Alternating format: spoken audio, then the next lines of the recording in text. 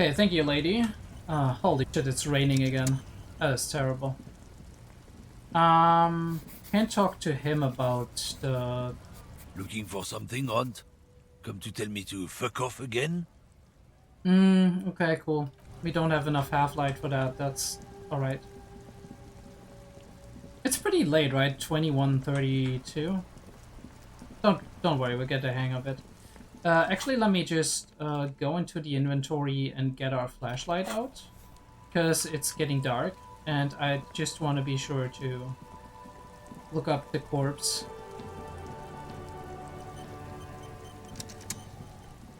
The corpse lies on the ground among the remains of an absolutely demolished pinewood branch.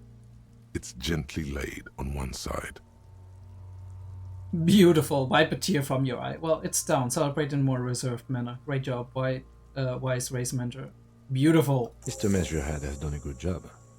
Nothing is too broken or compromised. The victim is ready for a field autopsy. Okay, let's do a field autopsy. It's a little bit dark, but let's do it. 1. Investigation of the scene. 2. Initial examination of the victim. 3. Field autopsy. 4. Transportation of the body to the morgue.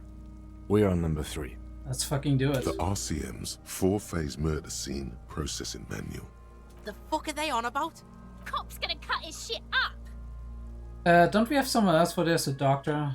No, you and I are detectives.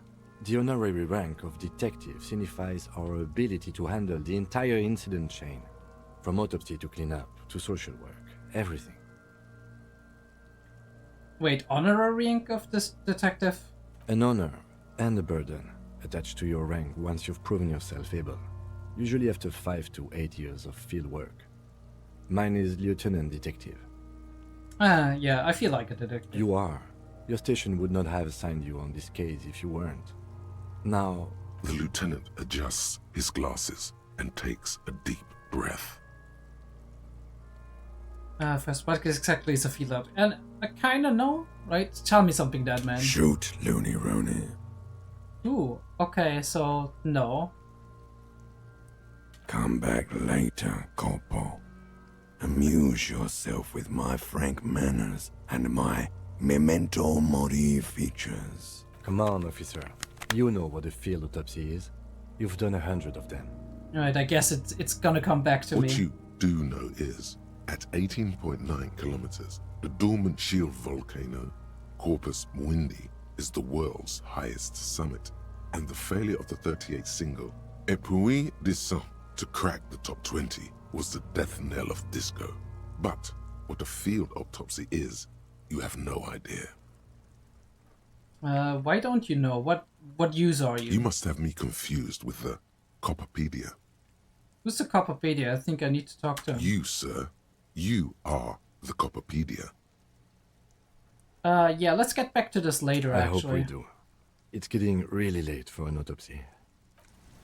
Yeah, actually, I just wanna, like, dress up in something that might help me with that.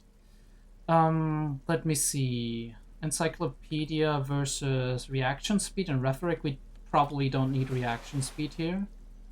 Composure, shivers, electrochemistry. We might be... I don't know if we're, like, into drugs and shit, so... Both of those is electrochemistry. We don't need reaction speed. So let's put this one on. Let's put this one on for esprit de corps. We don't need suggestion. Drama versus physical instruments. I guess we can do physical instrument. I'm not sure if we want to, but it's whatever. Conceptualization versus esprit de corps. I think we'll believe esprit de corps we're already good at conceptualizing. So electrochemistry versus interfacing. We need interfacing for like the autopsy to do stuff right. Plus composure minus savoir-faire, that's fine. Perception -1, we can't do that. Logic +1 versus visual calculus. We need visual calculus, I would say. Do we have something with like drama where we like I think we had something which kind of like put our... Nah, I mean, we don't need drama, so there's that. The rain core... Oh, shivers and esprit de corps. Okay, let's fucking do it. We look fucking terrible, by the way. Conceptualization versus physical instrument. Okay, let's do conceptualization, actually. Half-light versus interfacing. We do interfacing, most definitely. Okay, I think we got everything we need for this, so let's fucking go. I do feel like, didn't we, I mean, we went dumpster diving, right?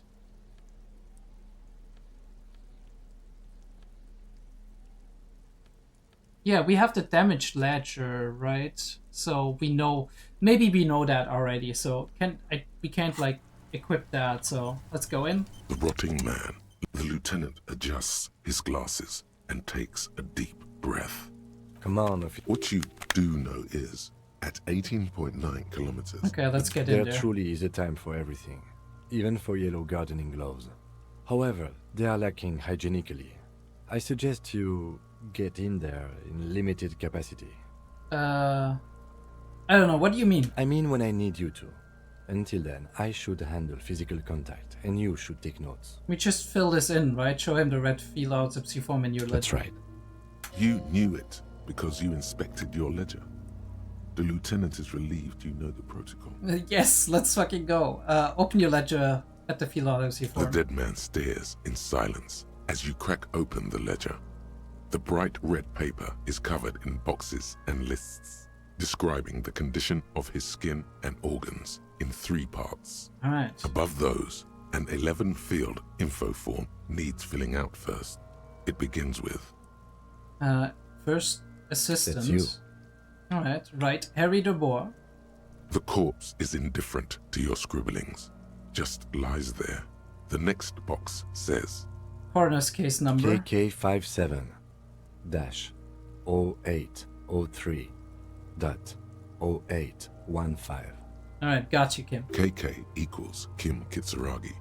57 equals Precinct 57, followed by his date 0803 and time of arrival 0815 on the scene. He's indexed the case after himself, not you. Probably better, to be honest. That's because he doesn't want to bring up the messy question of your initials.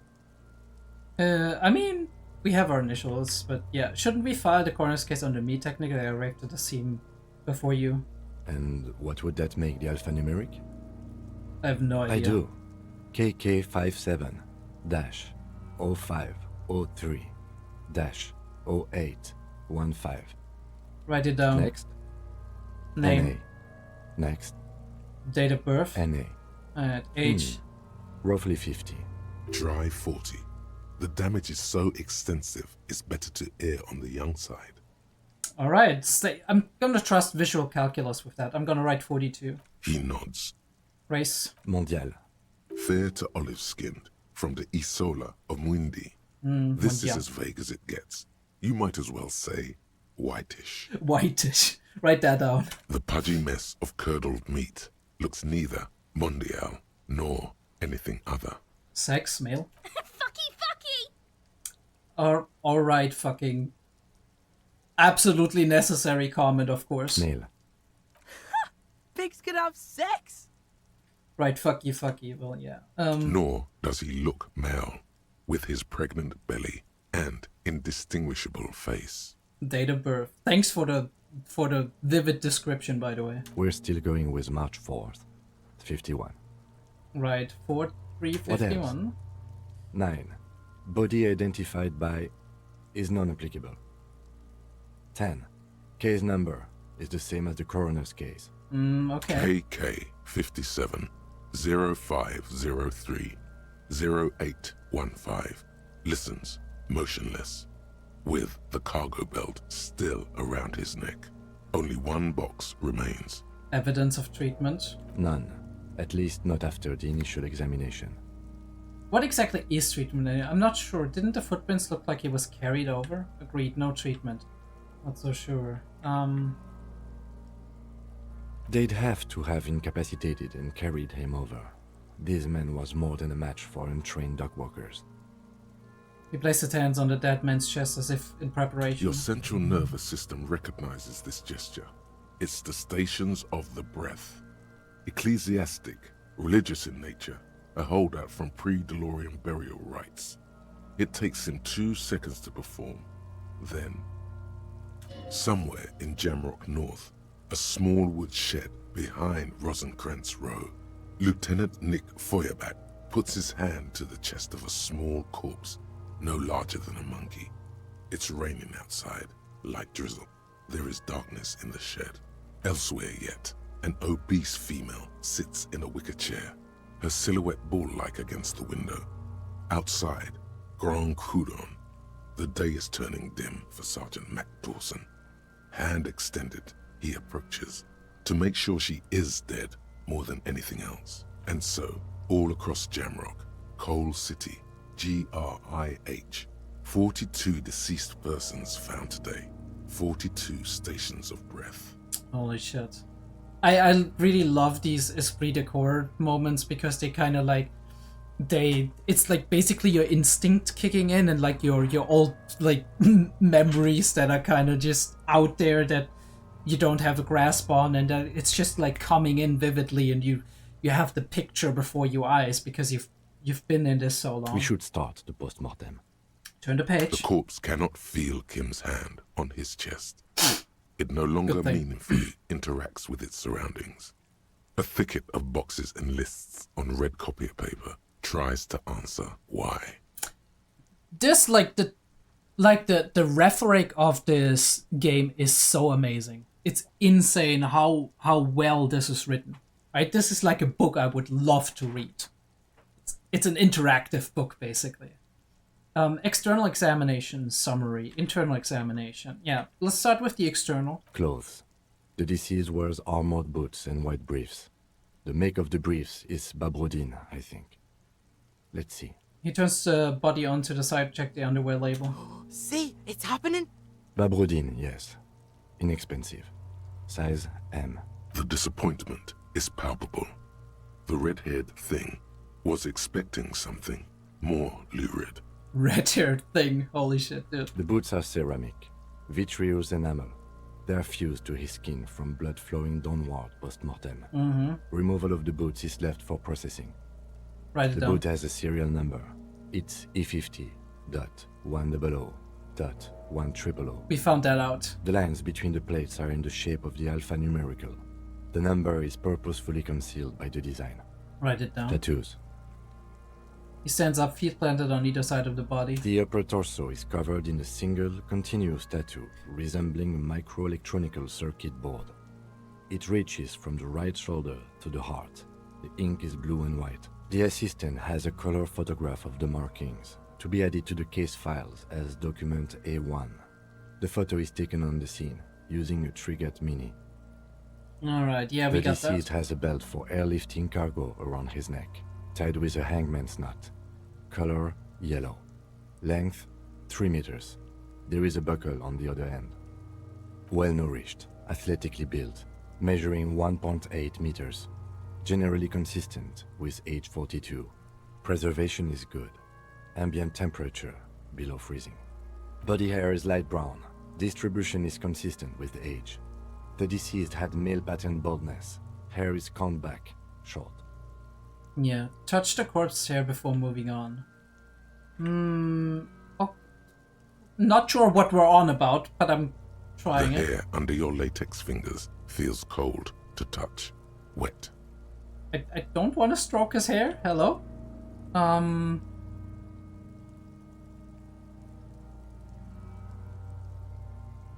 Okay, we'll just... You know what? We'll go with the flow. The stench is suffocating. Strands of dark brown hair start sticking to the latex of the glove, like thread off a rag doll's head. There must be brilliantine in there. He's combed his hair back with oil. Ooh, okay, interesting. Interesting. Write it down. Short light brown, male baldness. Write it down, adding the brilliantine. Lividity is consistent with hanging. The head is congested. Contusions are present on the head, chest, and thighs. Consistent with stones thrown post-mortem. Low velocity. Yeah, Kuno, fuck you, dude. But honestly, this is a very interesting point. I was like, I'm not sure where this is going with like the... But obviously we spotted something. would have been cool if we had like a perception thing, but maybe then it would have been too obvious, right? And we like everybody would have clicked on that. But now we clicked on it and we're like, okay, let's actually do that. And what we saw is like something that is seemingly insignificant, and maybe it is, but like if it comes back later that somebody who we like interrogate or whatever, like there's maybe a piece of clothing that we find and it's like, okay, there's this stuff on that, right? Like a brilliantine. There might be a hint that they are involved. Fucking low velocity. You think Kuno doesn't know what you're talking about? Velocity was fucking max. Talking shit about Kuno's velocity. In addition, there are bite marks on the face, scalp, and chest, consistent with predation. Okay, like animals. And meant for high velocity. No, write down. Ligature mark. The lieutenant produces a small folding knife. With the other hand pulling on the belt, he starts cutting into the polyester. The stench is horrid. After a while, it's obvious the material cannot be cut. The steel wiring. There's too much of it. We need to remove the belt so we can get to the ligature mark. You got just the right tool for that. The chain cutters. Oh yeah, prepared. Pet the chain cutters. Good thing we got these chain cutters. Pull out the rubber grip cutters. Oh yeah, I'm prepared. Pet the chain cutters. The hanged man lets out a joyous little bubble of rot from his nose. Good thing we got these chain cutters. Pull out the rubber grip cutters. Always good to think ahead. Now... he points to the rope squeezing the dead man's neck. we need to cut the belt to see the ligature mark below. Carefully. With as much precision as you can. Ooh, okay. See, my pig is gonna fuck his head off. No, he ain't. Your pig's a boring fuck. Yes, I'm Kuno's pig, I agree. I'm not your pig, Kuno. Look for a good spot to cut. The belt is equally tight around the whole circumference of his neck, swelling over the edges like white bread rising from the east. Holy see? They didn't need to go this hard with the words, but holy shit, like it's actually making it vivid. The knot is the weak spot. The chain cutters fit in there. Steady now. Like a flower arranger. 2 cuts and it should come loose. Alright, let's fucking do it. Alright. So it's a 50-50 again in its physical instrument, which we're really bad at. Let's just fucking pray that it works. After some deliberation, Yes. you sink the cutters into the knot tying the belt together. You squeeze the rubber handles together, sweat forming on your brow. Press down. Snap. The knot is slashed. Another cut and the belt falls apart like a flower bouquet, revealing the dead man's neck and the dark red ligature mark around it. Alright. The rope rises to a point, leaving a gap in the ligature mark. The suspension point is in the back of the neck. The lieutenant has Neil closer, running his finger along the dark red groove until there's a gap. Hemorrhaging is observed on the skin, above and below the ligature mark. The mark is well pronounced, consistent with a drop from 1 or 1.5 meters. Write it down. Chest is intact, normal contour. Abdomen is protuberant, pelvis intact, genitalia... He pulls down the man's underpants. No, it's gonna happen. See. Alright, Kuno, just go take your cocaine. I fucking knew it! This is clearly what they've been waiting for, Of course. ever since the autopsy began. The lieutenant is trying to make it as boring as possible. Genitalia is male and unremarkable. No evidence of injury. Inspect. We're gonna do it. Inspect the The genitals. dead man's penis is average-sized, congested from the downward collection of blood. The testicles are uneven in length, hanging underneath. They're always The uneven. genitalia is greenish. Marbling is present around the crotch. Write it down and move on. Back is symmetrical and intact. Upper and lower extremities are intact, but asymmetrical. There are combat injuries on the right hand, thigh, and hip. Okay, combat injuries on the right hand, thigh, and hip. In addition, I see smaller, residual scars, too numerous to count, covering about 30% of his skin. The question is that like a long-term effect? From wounds sustained over 2, maybe more decades. Yeah, I thought so. Dispersal and accumulation indicates long and active combat Ooh, duty. combat duty even, okay. This scoring is attentive, way more than the law officials. We have a real museum here. Of battles, wars. Write it down. Last item. Hands. He takes the man's right hand in his inspected, then moves on to the other hand. Pick up the hand. His flesh is cold, icy. Thank you, Inland Empire. Pleased to meet you. Where are you from and what's your name? We're starting to hallucinate again. My name is... I'm only fucking with you. I know where you're from. From Cappadocia. And your name is Il Corbo. What can I do you for, Il Corbo de Cappadocia? It's good to hold your hand. Did you like it when I stroked you? Holy shit, we're getting really weird with it.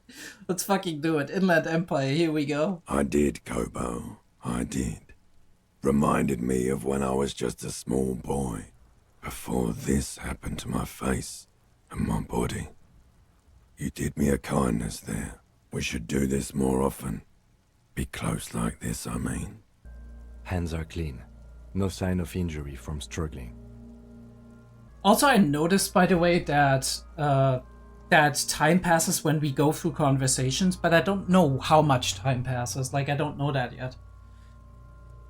I'm very curious if some of you can tell me how much time actually passes, or if you're like, better you find out by yourself or whatever. I don't particularly care for finding out, but maybe if I notice it at some point. Hands are clean, the lieutenant concludes. The dead man's finger slips from your hand, cold and sausage-like. No sign of injury from struggling. Were we expecting any? I was. Maybe I'm just not seeing them. Honestly, this stench is making it hard for me to think at the moment.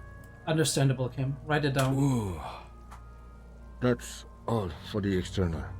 Well done. What next? Internal, which is not gonna be more pleasant, to be honest. Central nervous system. I have nothing. Do you have anything on this man's central nervous system? Well, let's try that. What do we have? Inland Empire, conceptualization. Of course, there is a moral to be drawn from it.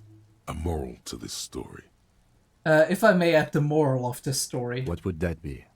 It looks at you inquisitively. The dead man looks, too, with barely contained excitement to hear the moral of his story. The brain is very vulnerable to compromises in its blood supply. I think that may well be the moral of every story, officer. The lieutenant grins, but you liked my comment. Yes. Alright, NA. Good. Musculoskeletal. Purge fluid is coming from the mouth. Not injury related. Eyes and tongue protuberant. Hyoid bone. Let's see. First of all, what is protuberant? And second of all, what is the hyoid bone? With his eyes almost closed, the lieutenant puts his hand on the dead man's throat and begins to massage it, gently. A rotting smell erupts from the mouth. Ugh. Purge fluid runs down his lips, black and viscous. You hear cracks as the lieutenant moves his sharp fingers inside the flesh, like the creaking of an old house at night. Yeah, jack that fucker off! I'm sorry, what? You have no idea what you're talking about, Kunos. The hyoid bone is fractured. The rest of the musculoskeletal system is intact. Unremarkable. Respiratory system. Back hunch as if in a prayer. He begins to pry open the dead man's jaws. He stops to exert more force. Both hands are used. Oral cavity shows no lesions. The victim has received dental implants, possibly after a combat wound. Mouth swollen. Hemorrhaging present in mucosa of the lips and mouth. Okay. Dental implants after a combat wound. Mouth swollen, which... hemorrhaging present in mucus of the lips and mouth. Was he punched? Look inside the dead man's mouth. No scream, no sigh of relief rises from the darkness inside. It's humid there. Sickly sweet air, unlike anything living. You feel like you're about to throw up again, straight in that mouth of his.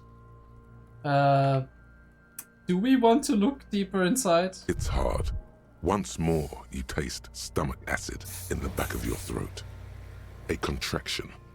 Your throat pumps a little something from your stomach and into your mouth.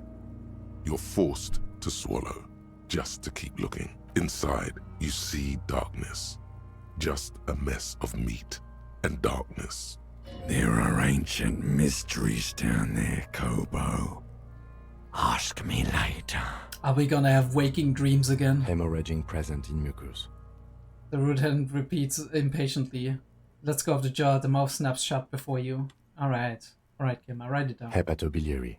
NA. He wipes his brow. Why? Don't we have anything? Are you a hepatobiliary expert? He looks at the coarse stomach with a mixture of tiredness and disgust. Hepato means liver, and biliary, the gallbladder and bile ducts. Am I an expert in those things? Nothing in your alcohol-soaked memory directs to having forensic expertise on either one. Okay, I don't think so. Neither am I. And that's it? That's it. Okay, right. Same for toxicology and serology. NA. Both? Unless you have untapped reservoirs of knowledge there. I'm going to try. Reservoirs? No, but do they take obscure trivia and odd tidbits? Would obscure tidbits and odd trivia fit the fields? No. Alright, then write NA. Cardiovascular. The body exhibits heavy lividity. Blood has gathered in the hands, feet, and neck. Hypostasis is visually consistent with the hanging. Write it down. Gastrointestinal. A sigh of approaching relief. This is the last field of the list. He looks around to the ground. The pool of feces there. This will do. Digested semi-solid food in stomach. Voila. Touches the corpse bloated lower abdomen briefly. Write it down. Omit the voila.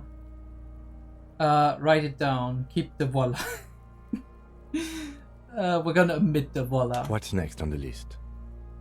Description of injury summary, like that. Let's see. We have bite marks, contusions on the head and chest, and a ligature mark encircling the neck. You'll need 3 fields.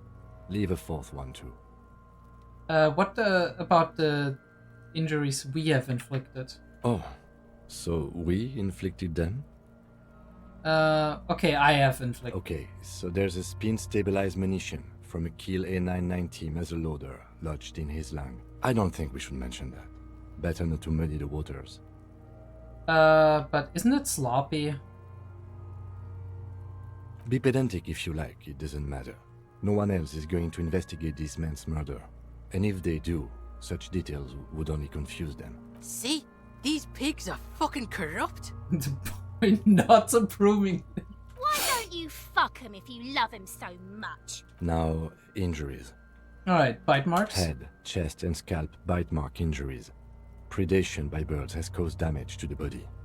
Odontologist does not need to be consulted. Write it down. And your opinion, officer? Non-fatal post-mortem. Agreed. Next injury? Contusions. So, the scalp bleeds from a post-mortem head injury, a stone. The injury does not have the rim of an early inflammatory response. The perpetrator on the scene has confessed to causing it post-mortem. At maximum velocity, fucko! He's like, and don't you fucking forget it. Has confessed to causing it at maximum velocity. Write it down. Coagulated blood sticks to his scalp and chest, where the countless stones have hit the dead man. Beneath, the description of injury. 2 boxes. Non-fatal post-mortem, as we Right. said. Next. Ligature Dark mark. red abraded ligature mark encircling the neck, with a gap on the nape measuring, let's say, 7 centimeters. The hyoid bone is fractured, the cervical column intact.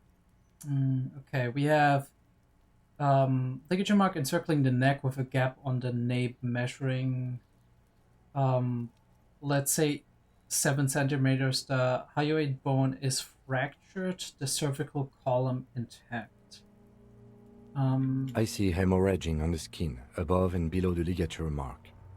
Depth of the mark, 1 centimeter. No signs of clawing on the neck. No signs of clawing. Right, that means that nobody's just like was in there, I guess, like clawing as in the sense of like just holding that and pressing it in, which means somebody would have suffocated him before he... Below the note, 2 customary boxes wait to be ticked. The man's head jerks to the side. The ring around his neck is visible. I think it's a fatal injury. That's it. We have established cause of death. It's not much, and it leaves much to be questioned. But it's a start. Let's wrap this up. I pronounce this field autopsy over. Oh shit, I was about to say like, what's the fourth one for? Because like, okay. How did it go? Well, we established probable cause of death. Some would say that's the goal of an autopsy. We were thorough with the list of injuries too. We described them all in detail. What is there to say? Given the circumstances, it was a professional field autopsy. What now? I need a copy of that autopsy form. Then I will drive him to Faubourg. Rip out a copy of the autopsy For tape. processing. Looks at the dead man one more time, then at the slip of red paper in his hand, then at the corpse again. He's thinking, did I miss something? You tilt your head, also looking at the corpse. I'm sure we didn't get everything. There's always something. Ooh, search the body one more time thoroughly. Stop wasting time, you're smart. Establish probable cause. We're doing it anyway. You run your hands over the victim's cold body, his limbs, his torso with its swollen organs. Maybe you should be more thorough. Look in his The pants again. genitals in his breeches continue to be unnoteworthy. You see the penis of a dead man. Okay, Can't in get his enough pants. of that dick. Yeah, that's right, Kuno. Do you think we missed something? You can't shake the feeling that there are more secrets concealed in the flesh before you. Got a gut feeling that there's more to this corpse. Yes, there's something we're not seeing. Okay, well, we are in livor mortis here. He is disintegrating. We need to refrigerate the body if we want to conduct another examination, and we need to do it fast. Okay, where do we find a fridge for the body? Hey, wasn't there a giant ice bear sarcophagus below that building? What's a commercial? Why there was. Absolutely colossal for still plugged in literally in the shape of an ice bear. So that's what the fridge is for. Now, that's an overstatement. It's not actually for storing cadavers, or at least I hope so. I think we should take a look at it first. Make sure it's big enough before we carry him over. Let's move. With every hour, whatever we are looking for in the deceased will become harder to find. Alright. Actually, I'm gonna like full save here. And I guess we're running over to the fucking fridge in the commercial area. It's not that far, so that's a plus. Is this the fridge we're talking about? This orange machine is buzzing like an old sub. No. We're talking about the ice bear fridge, right? Okay, we did this with the map and whatnot, so... and there's like a skill point up, that's nice. But for now, I need the ice bear fridge. The bear's eyes are still glowing red, watching over all the ice cream So what do you wrappers think, Kim? hidden. It's certainly an eccentric choice, but it is capacious and cold enough, too. But the optics on this are awful, he thinks. We need to be as silent as we can. Your visual confirms you could fit 2 more bodies in the ice bear fridge. Shall we go and get the body, then? Yeah, The let's body do it. is heavier than you expected, and stinkier. It takes half an hour to get it down to the basement. Then 10 more minutes to stuff it into the fridge. The lieutenant takes a step back to admire your handiwork. Beautiful. A dead body in an ice bear fridge. This is some of the best police work I've ever done. True, Kim. Me too. You have created an ice bear sarcophagus. You think it's good work? I'm not sure I believe you. Behold, I have created an ice bear sarcophagus. Talk of the ice bear sarcophagus must not leave this room. I think this is a glorious achievement people need to hear about. We did our best means so far at our disposal. Yeah, I'm not proud either, but we did find a fridge. This isn't police work, Kim, it's art. We're artists and this was our vision. We did our best in the means at our disposal. Did we, though? Okay, maybe we did. At least we've stopped the body from decomposing further. Now you can conduct another inspection under controlled circumstances. Inside the icy realm of the ice bear fridge, The corpse stands slumped, waiting.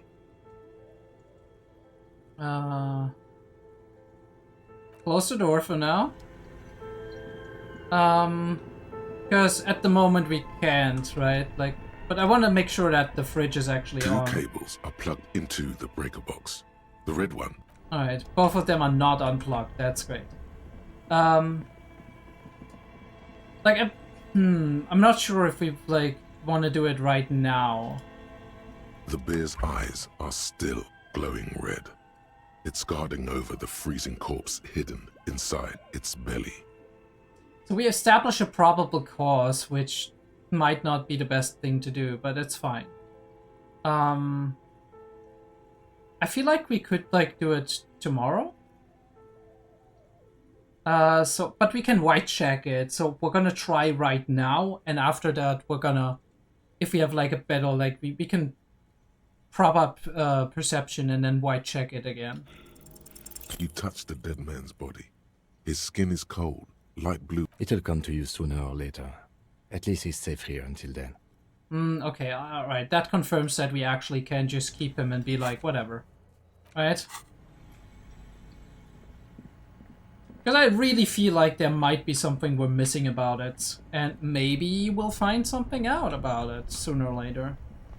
And then we can come back and be like, hell yeah. Ice Bear Fridge. Alright, Kuno. Do we have something new to say to you? You missed a good show before. A kid came by and completely fucked the tree to pieces. He fucked the tree up! Fucked it good! It was porno! Alright, Kunos. What's your language? By the way, Kipt is a racial slur. Of course it is. You need to act decisively. It's Kuno.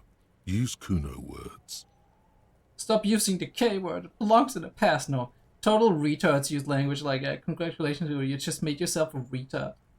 Oh yeah, kids. Not in approval. But don't you mean desert kid? This is all so superficial, kid. The race mystery runs deeper than you could. Wish I could have been here to see it. Now I have some questions. I mean, opposing him would probably not be great.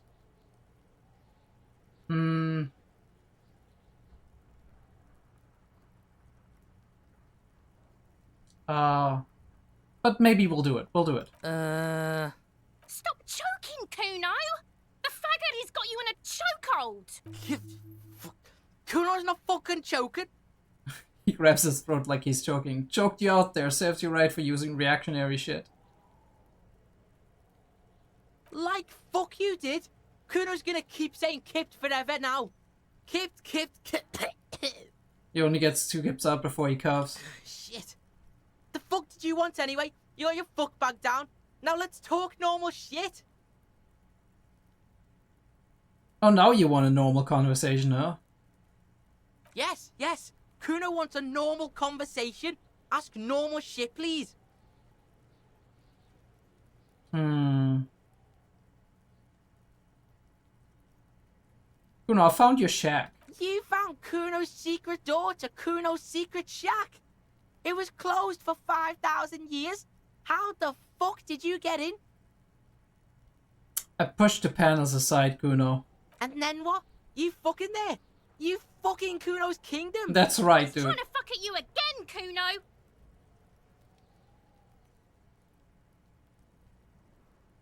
What's with the tube of magnesolum, Kuno? It's a vitamin pig. Don't you know anything? Looks at you like you just pointed his son and asked what it was. You could use some. It's magnesium, right? Yeah, it's the mag. You fucking need that shit to stay on top of your game.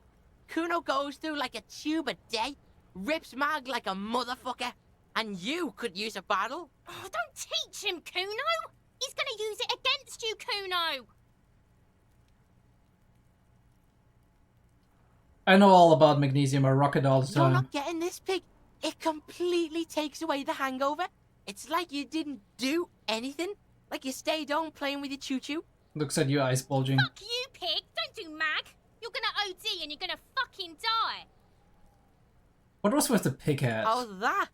Kuno decapitates pigs. That's just a Kuno demo tape. Demo tape, like some kind of music. Cool pig head, I liked it. I got one too. This one, point to your head. It's shit. What? What is this shit? Fucking on yourself. This is weird level shit. Kuno doesn't go there. Fuck your shit back to normal. What is this? Well played. No one saw that coming. Thank you, conceptualization. I've heard enough of Good this. call, Pigmeister.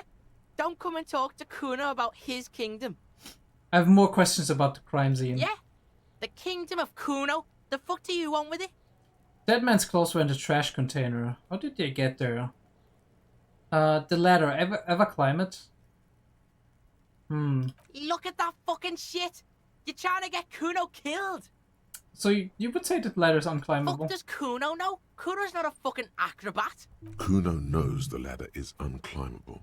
The lieutenant takes a quick note in his notebook. It's a trap, Kuno! Don't climb it, Kuno!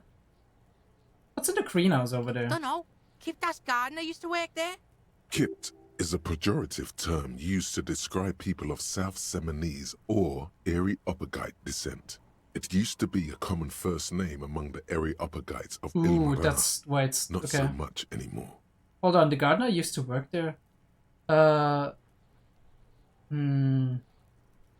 that's what Kuno said. She couldn't handle the heat, so she took off. Kuno can take it.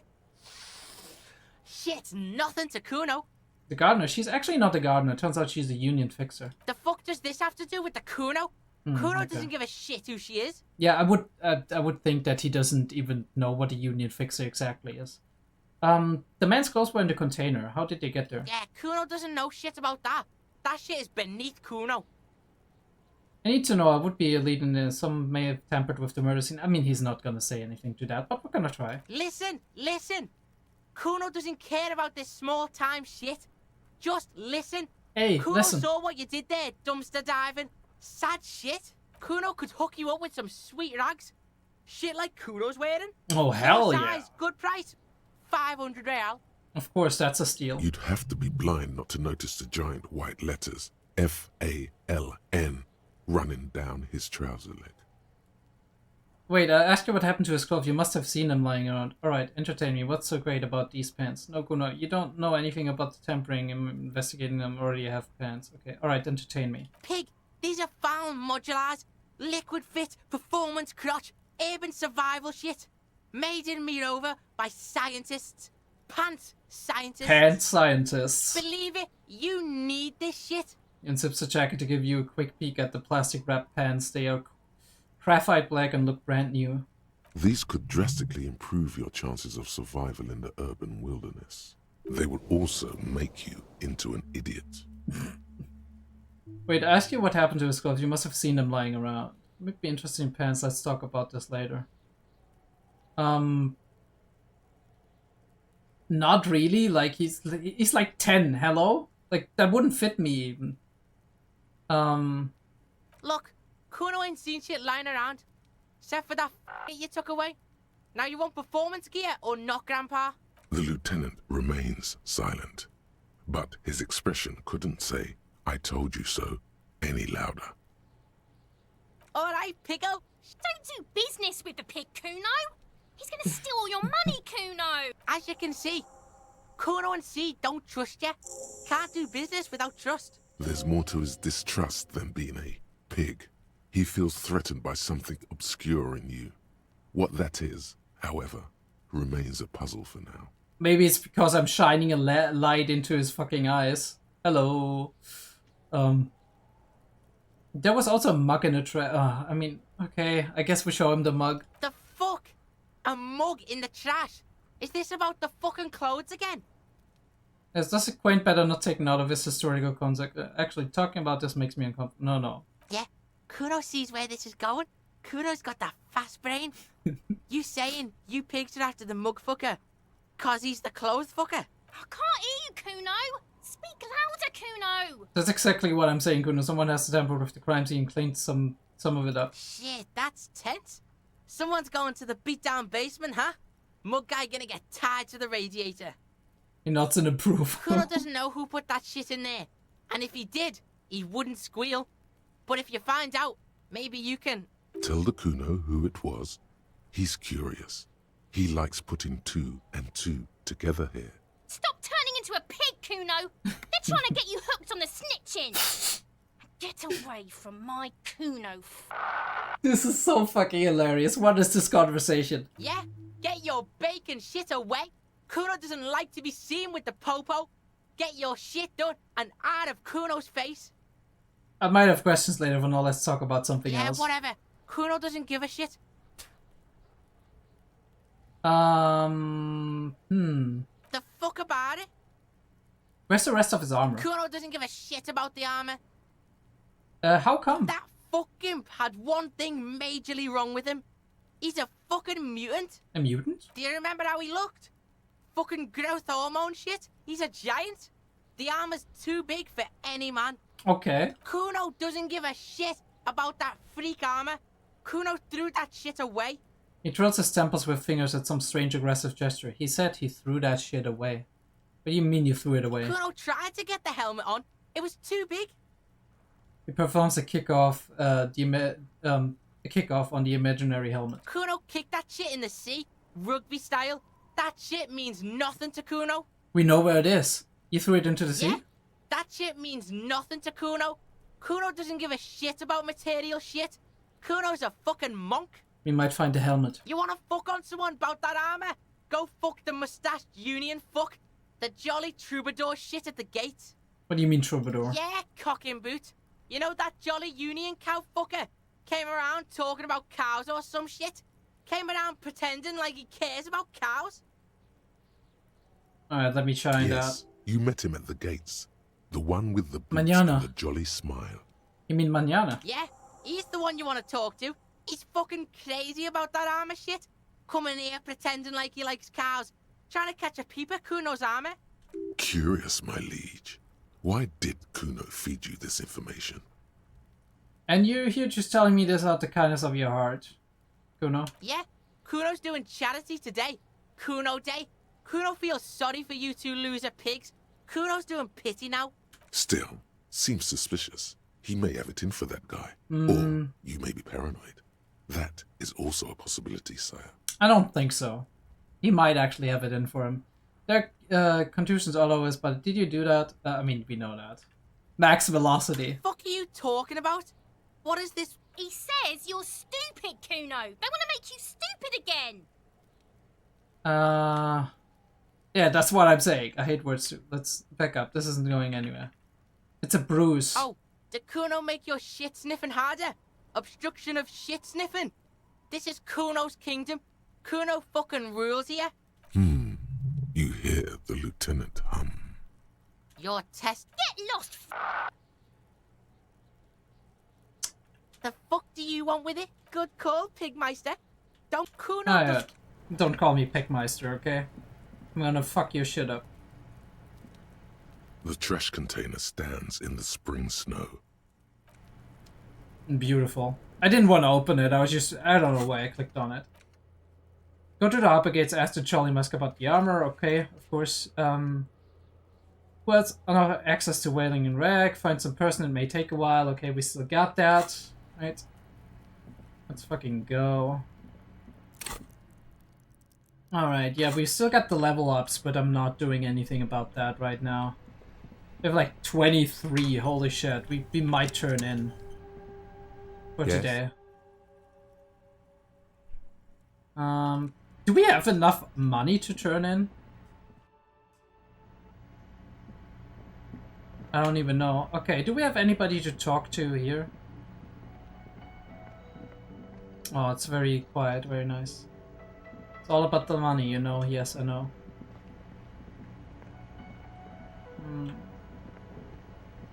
We can't go in there, right? Like we couldn't last time. You see a heavy Still want to go in there, but anyway. Can I help you? About the bill for Total tonight. 20 real.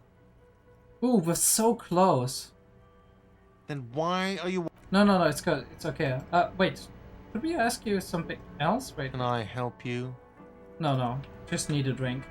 Actually, we're so close to 20 real. Let's just, can we sell something? I don't know. Maybe at the pawn shop. So, we could be going to the pawn shop for a second.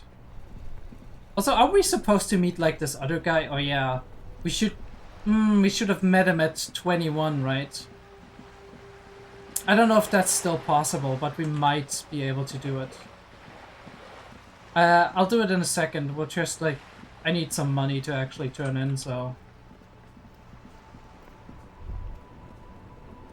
Wait, what is this?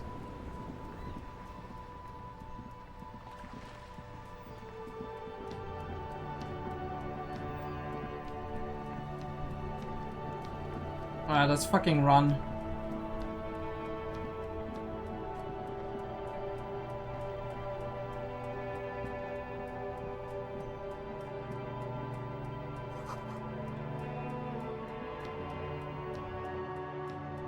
Let's go in there, let's talk to our boy. Hello, hello. Let me know if I can help you with anything. Sure thing. Have people from Everclear's Union come to you to track that gun? Maybe. Shady looking guys came in here yesterday, looking like they'd just taken off their Wild Pines overalls. They asked if I have a police weapon to sell. I told them I already sold it. They went their way. It was a trip, but you know, all sorts of people come here, asking for all sorts of things. Alright. Maybe Claire really is tracking down your gun. People as oleaginous as Everard seem like they're lying, even when they're really being truthful. Yeah, I Sure, mean, man. the question is more why, right? Yeah, I'd like to sell. Let me have a look. No, I don't want to sell a photo of the corpse. What? Hello?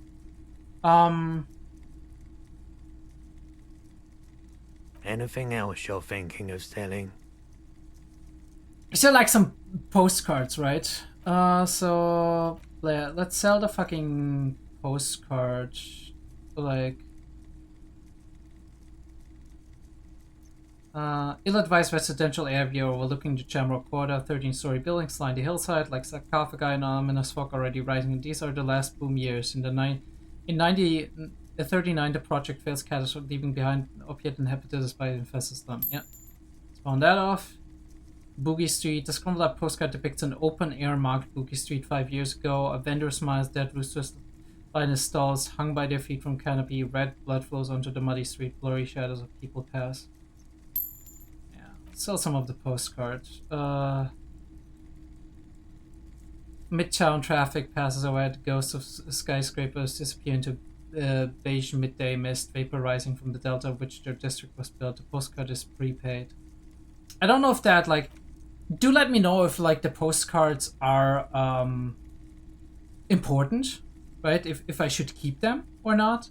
Or the rifle, right? Like, would you recommend me selling that? Or could some of these items actually be worth something? I mean, I know, like, the data cube, for example, is worth something definitely. But yeah, do let me know. I'm not purchasing any more clothing at the moment. Another time, perhaps. Alright, thank you. We are at 20, so we can turn in, technically. Track pants looked enticing, but you and Kuno were not close here. You need to figure out, yeah, blah, blah, blah. I don't know if you need to form pants even, right? Like, ooh. We could unlock them, but how do we unlock them? Oh yeah, we can do that, right? Yeah, unlock one. Of course. You can unlock one with a skill point. We got like 4 skill points at the moment, right? Yeah, we got 4 skill points. We can unlock some shit. I'd say we unlock 2 of those, right? Like, holy shit, let's go. And the rest of them we spend on other stuff. Indirect modes of taxation, empathy, cold-blooded, I don't know. Kingdom of Conscience, temporary research bonus. You begin to notice a change in the weather. When it snows, flakes are softer. When it's 6, when it rains, the rain is warmer. Democracy is coming to an to the administrative period, right? Kingdom of Conscience, the suicide of Krasmadov, Jemavu, derealization, reversal special,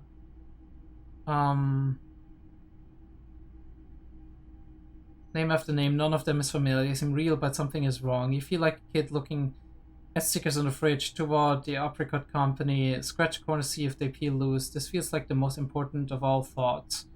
The one you truly must complete. Oh yeah, you know what? Let's fucking do. Let's fucking do it. I don't know if derealization is a good thing, but you know what I mean, right? Maybe we're trying to fix the derealization, and that's the point. Also, Kingdom of Conscience. Let's do that too. Like -2 half-light, we can take that. No negatives at all. We can take that too. And we'll think on these like skills and whatnot, right? Like, obviously, there's a lot of cool stuff in here. So what the fuck is that again? Wow, a very large red T-shirt with an impressive print stands out from the other garb. Oh yeah. Oh yeah, the print depicts a muscled man striding toward you, a giant sword in each hand, encircled by burning embers. Behind him is a cluster of cabins engulfed in flames. Beneath him are the words, Hjelmdal burning. That's a rad man from Hjelmdal t-shirt you've got there. Hell yeah, man. I don't usually carry printed tees, but this one was just pure exemplar. We have a lot to come. I'm a big fan of the man from Hjelmdal too. I wouldn't go so far as to say that I'm a fan, but I do think the Hjelmdalaman saga is an integral part of our shared reality. Holy shit, this drug adult wannabe philosopher here. Most people don't think that the man from Hjelmdal really existed, but they're wrong. Sniff the t-shirt. Smells like worn cotton and a little old sweat there. Worn cotton with a side of flea market or trash bin. Sniffing is okay, but please don't try anything on. Can't have you leaving your photon emissions in the fabric of things you're not going to buy. You're not imagining it. Photon emissions? What is he talking about? What did you mean the man from Hjelmdal was real? I mean, even if the man from Hjelmdal didn't exist before the adventure novels, the stories have made it so that he has. It's simple, really. Like I said, wannabe philosopher here. Okay. He sounds incredulous. You sound skeptical. It's not that complicated. All that's required is a more robust understanding of cause and effect. Besides, I've been to Kotla, though not quite as far north as the Hjelmdal, and watched northern lights travel across the sky. Very unique, energetic tides there. Hell yeah, brother. It's for the best, because Hjelmdal is not a real place, and thus he could not have gone there. His theory isn't exactly incoherent, but its logic does suggest some unusual neural activity. Interesting. Interesting indeed. Very, very unique energies indeed. Geomagnetic ley lines, one might even say. How much are you selling this t-shirt for? 2 real. That's dirt cheap. Couldn't you give it to me for free then? But why? Some pro cop will send on my name. The man from Hjelmdal is a super, so it would be perfect. Perhaps I could repay you in some other way. I deal in goods, not services. Alright. Physical instrument, shivers, but less authority. Alright, cool. So basically, we become a druggie and not a cop.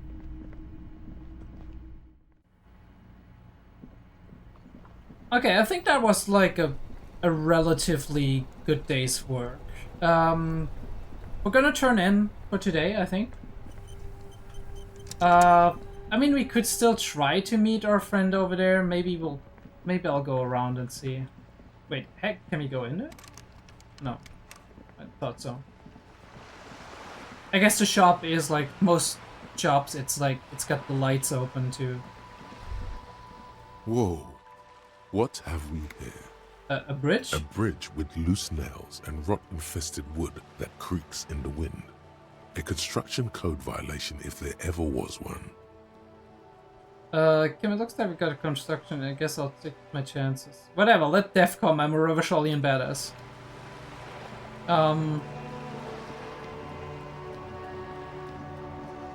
Yeah, well, look, if this is actually something we can do. I don't quite remember where we have to go for this, but I think we'll be able to find it. Yeah, balcony. The merry glow of pollution rises from the east. You hear distant traffic, night falling through the city. Let's see if he is actually home. Ooh, there he is. Gendarmerie, you found me. The young man on the balcony gives you a bright smile before taking another drag from a cigarette. His slender figure is backlit by city lights, its distant streets and motorways flashing like diamonds. Alright. It feels like a Friday. He seems to be in a good mood tonight. I got your hint. You found the key under that stone. Beautiful. Replies smiling. As he looks at you, something sparkles in his eyes. So tell me, are you here to make things right again? I'm just trying to not screw anything up. I'm not going to make things just right. I'm going to make them spectacular. No questions. If I was... no. That's what I'm aiming for, yes? Beautiful. He says, nearby street lamp casts shadows on his chin, drawing out his slender cheekbones. I have some good news for you. My Sunday friend is visiting me tonight. I told him about you and he'd like to say hello. Step in. He's already waiting. He nods towards door number 28. I have no idea what he means with his Sunday friend. By the way, I'm really digging the view here. Point to the city skyline. Is it Friday tonight? It feels like Friday. Why would I want to meet your friend? Well, I'll talk to him. Okay. Is it Friday tonight? I feel like it's Friday. Yeah, it does feel like the end of the week. Such gentle weather. Why would I want to meet your friend? Trust me, you do. By the way, I'm really digging the view here. Point to the city skyline. That's why I chose this place. Martinez is special, isn't it? He looks away, his cigarette and glowing in the dark. Wait. Suddenly you are digging things? The lieutenant whispers to you, shaking his head. What do you mean? What do you mean, Kim? I'm always digging things. Very well, I'll talk to him, but first I want to talk to you. I have so many questions. That's nice, but I don't have anything to tell you. It's my friend you're looking for, not me. I'm very curious. Like, this feels very much like a trap, but it could just be like him being discreet. He takes another drag of his unfiltered cigarette and looks around. It's getting dark and the neighboring windows have lit up, one by one. Downstairs, a cat crosses the yard, disappearing into the bush. Besides, I've got to run. He's going to leave you alone again. That's sad. Don't be sad. Something tells you you're never going to talk to an individual this cool or mysterious ever again. Well, they just found you again. Go, if you must. I don't care. I don't care about people leaving me all the time. Run where? To the city. It's a beautiful night. Only if you promise that we'll talk again. It's important. Something flutters in the corner of the lieutenant's mouth as you're saying those words. I think we're just calming on to him. We'll talk. Just not tonight. Take care, alright? I'm just playing friendly here, okay? Maybe he can be useful later on. Take care, alright. With another disarming smile before slipping off into the night. And he's gone again. Looks like it's becoming a theme for him. He's always leaving. Why is he always leaving him? There's something different about him that I just can't put my finger on. Actually, yes. Different, of course. His shirt. Why is his shirt always unbuttoned? I mean, I know that. There's just something mysterious about the way he talks and moves. Something so mysterious about the way he talks. Kim is just fucking laughing. Very. He's barely holding it together. It's all he can do to keep from bursting out in laughter. Come on, detective, let's go. We've got a potential witness to interview. His Sunday friend, remember? He knocks at the apartment door before you. Alright, let's fucking go. You don't have anything to say, right? We don't have a strategy meeting before that? Okay. Quarterly business magazine. The old photo of the same apartment dated year 01. And the man perfume lingers in the air. Ooh.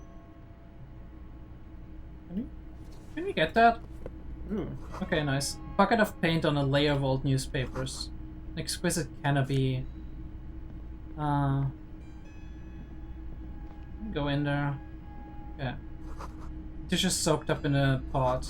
An empty ashtray. Flyers for underground parties. Dates for open lectures at local university. Holy shit, this guy is such a hipster. I mean, maybe not hipster, but you know, like he's pretty... It's pretty like artsy and all that. And party. Ooh. Why does he have samurai gear? What the fuck? Okay, this guy seems like more like a very boring draft guy. Officers of the Revachol Citizens Militia. The man in business casual removes his cufflinks. His hands are clean and well manicured. This is a man who knows the importance of appearances. Okay. My name is Charles Vildrouin, and I am an official with the coalition government. I work for the Institute of Price Stabilité on assignment from Sur-la-Clé. Okay. Encyclopedia, please. I heard you talking to my friend outside. Very good. Super. I am here to assist you in any way possible. Ask me about the hanging. Interesting. I do wonder if this guy's with Sunday Friend and whatnot, if he's a spy actually, right? He's like observing things and then he's like talking to this guy, and this guy's like collecting all the information since he's working like for the coalition government. Hanging? What a drag. He seems like a cultured gentleman. You should ask him about the finer things. Before you go, I absolutely have to inquire about this wonderful canopy. Holy shit, dude. Maybe like, do we have our awakening here? Show him the silk rope. Before we get to that, tell me where you got this beautiful silk rope. Show him the Samaran head. We'll get to that right after you tell me the story behind the black Samaran head. Actually, though, I have to ask about the rope because I was very curious. Oh, we got it from an atelier in the East Delta Commerce Center. Personally, I think it's a little culturally insensitive, but the material is great. Sadly, the shop is now out of business. That's really all I can tell you about it. What was the roofed up with his fingers, cold air The lieutenant takes out his notebook and nods to you to proceed. You actually witnessed the lynching?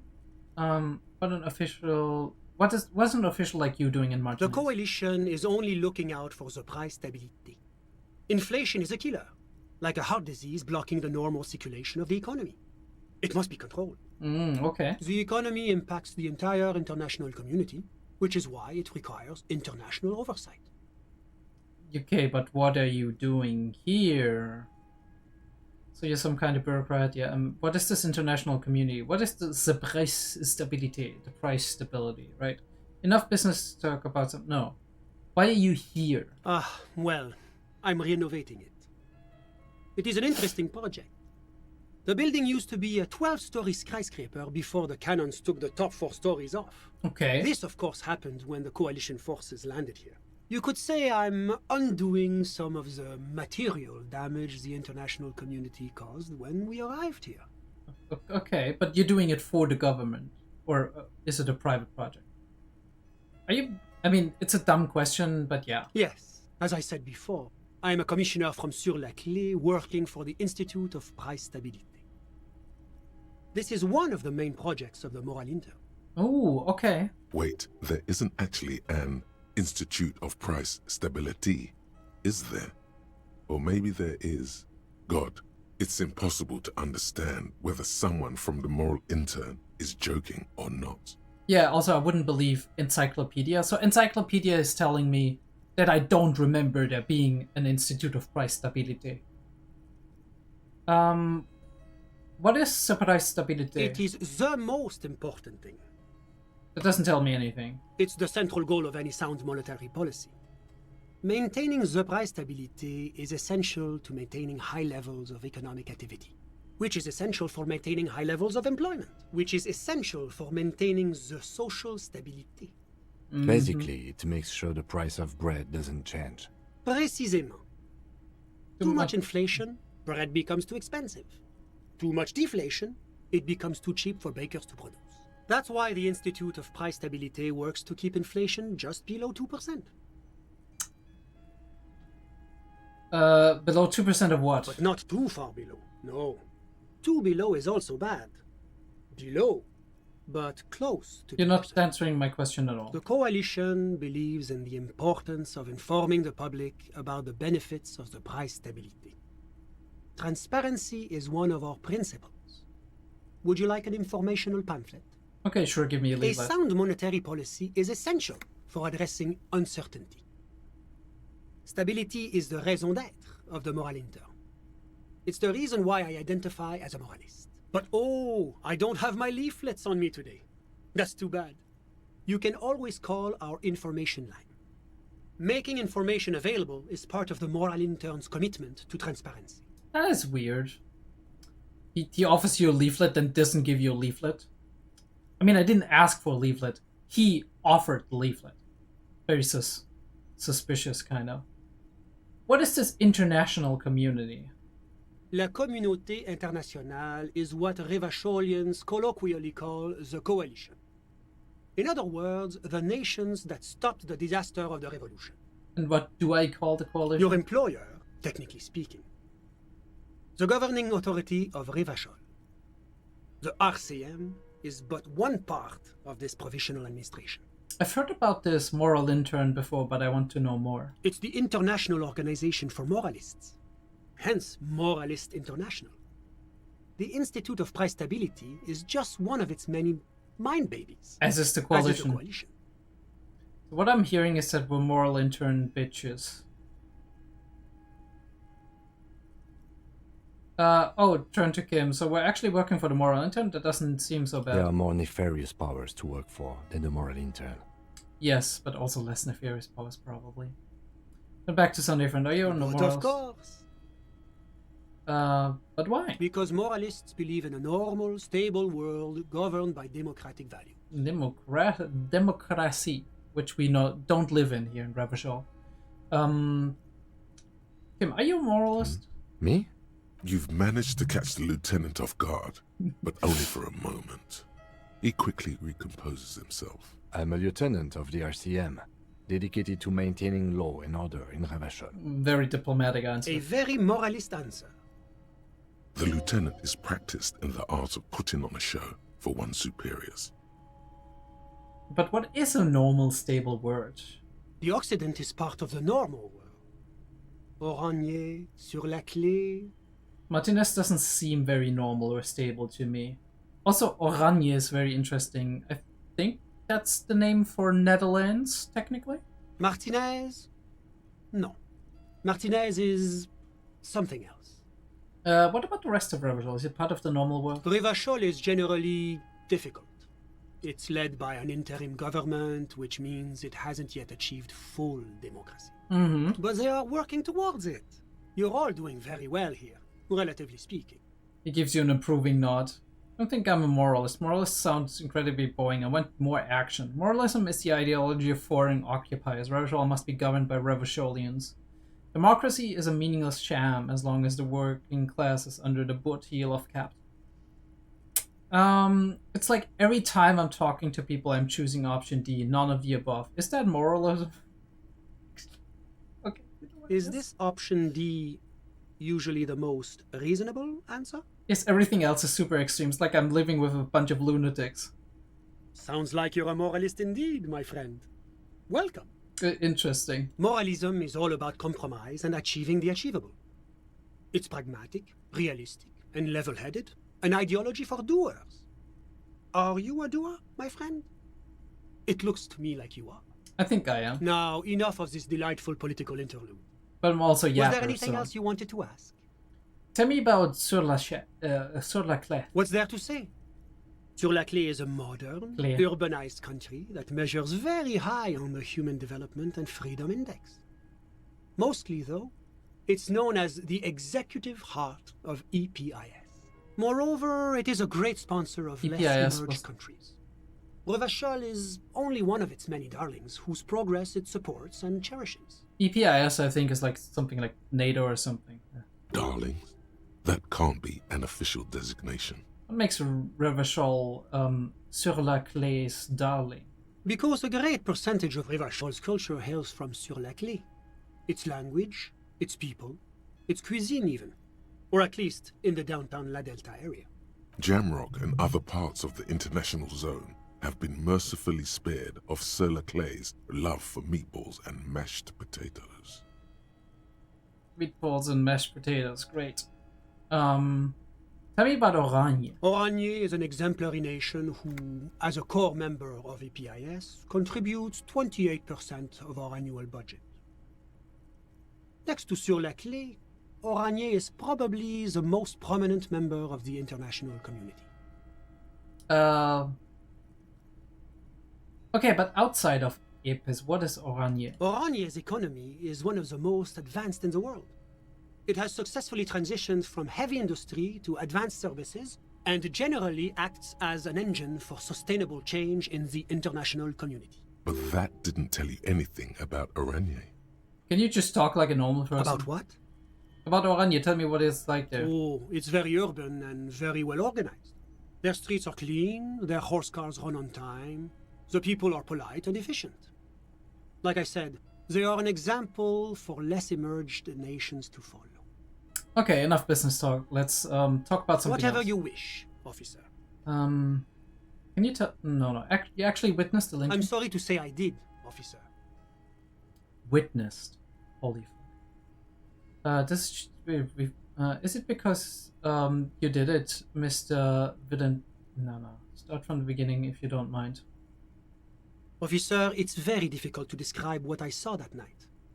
It was so surreal to me, like in a play. He holds out his hands and blossoms his fingers, like a drama teacher setting the scene. That doesn't make me, like, all that trusting. What do you mean, like in a play? It was just so strange. I could barely comprehend what was happening. I was on the balcony when it happened, getting some fresh air. I remember that first they came in, carrying what looked like a body. And then I saw all the surrounding windows go dead, one by one. Ooh, all of them closed their windows and all of that? Holy shit, that is insane. That's when I crazy. understood. I should not be seeing this. Sounds like the victim was unconscious, or at least incapacitated. Well done, detective. Who were they? Can you describe them? Yeah. I couldn't see their faces well, and there were quite a few of them. But they were very loud and very Martinez. Very Martinez. Okay, he pauses looking for the right wording. Let's just say that the laboring classes can get rather expressive with their profanities. They shouted profanities. How many of them were there? I couldn't tell you exactly. Less than 10. Maybe 8? Could fit exactly to the Hardy Boys. The lieutenant sends you a sharp look at the mention of that number. Were any of them huge, like 200 kilograms huge? That's a giant you're describing. No, they were all quite human, as far as I could tell. Yeah, I mean, we said like 2 people put together, right? What happened next? I went back inside. Were you able to see anything from inside? Officer, the yard was pitch black. There was nothing to see, but I could still hear their voices. They were threatening to kill that poor man. Were they men? Women? All men, I presume. But again, I couldn't see very clearly. You know, there was a our gardener, but I don't know if she was present or not. What ethnicity were they? I believe they were mostly white, though I believe I saw 2 Aeropagites among them. And I am quite certain that one spoke with a Mesk accent. Okay, yeah, we had that. What happened next? Well, that's the strangest part, officer. Nothing happened. It was oddly quiet for a public lynching. What do you mean nothing happened? They lynched the guy. Eventually, their shouts died down, and that was all. There were no gunshots, no celebratory shouts, no anything. You're right, that does seem strange. I'm afraid I don't have anything else to add. About what time was all this happening, approximately? All I can say is that it was late. You didn't check your watch? My watch? Yes, now I remember. It was 30 minutes past midnight, give or take. He looks at his watch as though noticing it for the first time. This is weird. It's as if he's rehearsing a story, and then he's like, "Oh wait, this is inconsistent with actually my attire, so I need to make something up to actually fill in the blanks to not make it seem like I didn't look at my watch, because this would be a thing that you're doing if you're witnessing a murder and you're like a state official or something." Let me get this straight. You didn't actually witness the hanging itself, did you? No, I didn't see the corpse until the following day.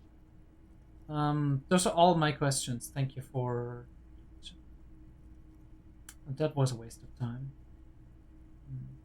Of course, anything I can do to assist the RCM. Can you tell me about your friend? Ah, my friend. My friend is a good young man. His family immigrated here from Kedra, and life has not been easy for him. But he understands the importance of education.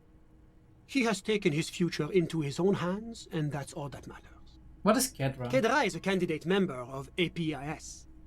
But like I'm saying NATO. Between you and me, their potential membership is a more contentious issue. What do you mean? That it's never going to happen. They enter negotiations in 21, and it's been pending ever since. What's this APIS thing you keep talking about? EPIS is a very special program developed by the Moral Intern to support certain Occidental nations. It began as a unified system of weights and measures, which proved to be a wild success. Nothing but kilograms and centimeters as far as the eye can see. Yeah. Imagine measuring it at something else. Holy shit, dude. Cried wild imperialism noises. God, yes. Sweet standardization. The backbone of rationality and commerce. Thank you, Logic. It was such a wild success that we expanded it into an economic union for the processing of steel. Another success. And between you and me, the Moral Intern feels emboldened by this success. Emboldened to take EPIS to the next level. What's on the next level? A supranational political alliance. The United States of Occident. Okay, so you want to make everything one country. Is it going to be like this place here? You mean Revachol? No, it's going to have transparent democracy. Of course. Is Revachol going to be part of EPIS? It's one day going to be a candidate member of EPIS, sure. Except that candidate members never become full members. Didn't you say that candidate members never become real members? No. Candidate members do become members. Why do we even have the whole system in place if they don't? It just takes time. Time and evaluation. But we were talking about my friend here, not politics. Kedra is a candidate member. That it's never going to happen. What does They enter negotiations in 21, and it's been pending ever since. It's warm. It's also known for its mandarin trees and dust storms from Supramundi. Okay, interesting. Kedra's an emerging market, but it still has a long way to go. Maybe that's why my friend's menage decided to immigrate. Kedra is a candidate that it's never going to... EPIS is a... God, yes. It was such a wild success. What does it that stand they expanded for? It. Why? It stands for progress and stability, like the Moral Intern as a whole. No, what does the letter stand for? It's been such a wild, extraordinary success thus far. We are very excited to take it to the next level. You don't even hear the words I'm saying, do you? A supranational political alliance. The United States of Occident. What do you mean? You mean All shit? Revachol? No. It's one day going to be a candidate member of EPIS, sure. Except that No. But we were talking about my friend here, not politics. Oh shit, he doesn't even know what EPIS is standing for. Or at the very least, he ignores my question as to why it actually stands for. Oh, what? Hello? It's like he's just repeating something. How did you two even become friends? How did any of us become friends? Bad things happening on the Insulindian Isola? Oil platforms ablaze in the night? Civil wars lasting for years? Finally, the international community is forced to step in. What are you talking about? No one becomes friends that way. Au contraire. It's how millions of people end up where they are. Meeting the people they meet. It's how I came here. And my friend, too. You still haven't told me who he is. Sorry. Who? Man throws a quick glance at his watch. Your friend, the smoker on the balcony, you were just talking about. But I told you, officer. He's a bright young man here to pursue his education. Education is the foundation of our future, especially the arts. It is a cornerstone of our civilization. So all you can tell me about him is that he's here to study the arts. He's deeply enmeshed in the study of the fine arts, yes. As though you weren't envious enough of the boy as is.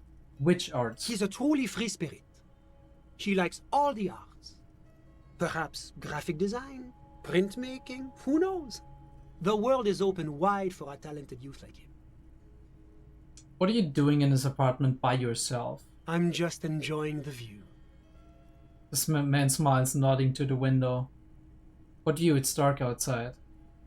Listen. The baby is crying in the neighboring apartment. Someone's baby is crying. Oh, listen. Says again, looking The outside. Insulindian Bay. What about This it? place used to be a luxury accommodation before the revolution. Apartments, of course, were much bigger then. A few walls have been added here and there, leaving some of the tenants without a private bathroom or a kitchen. But the million real view stays. You can't take that away. Looks at the balcony door, his face mirrored in the darkened glass. I was asking about you. My friend comes and goes. I'm sure you'll see him around. He's a busy bee. A busy bee? What an odd choice of words. I'm just enjoying the view. We're old friends. Nothing's taboo between us. He comes and goes. I'm sure you'll see him around. He's very active. I had something else in mind. I'm all ears, officer. Thank you. I've got all I A need. moment, officer. Do you have everything you need from me? I'm afraid we won't have the chance to speak again once you leave. Hold on. Why can't we talk later? It's against diplomatic best practices for an official in my position to be discussing murders with local militiamen. And I'm pressed for time. After you leave, I should be leaving as well.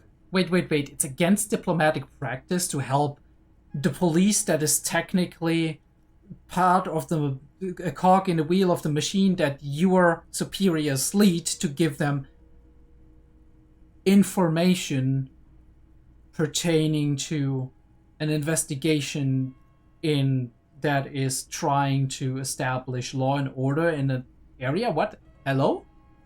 This conversation is so fucking puzzling. That's not the real reason he's so apprehensive. Men in his position shouldn't be seen loitering around in underprivileged young men's apartments in the middle of the night. I mean, that too, but like, it happened, right? So, I mean, I guess he doesn't want to do it again, but he's his Sunday friend, so what? Isn't he regularly coming? Pun not intended. Pun not intended.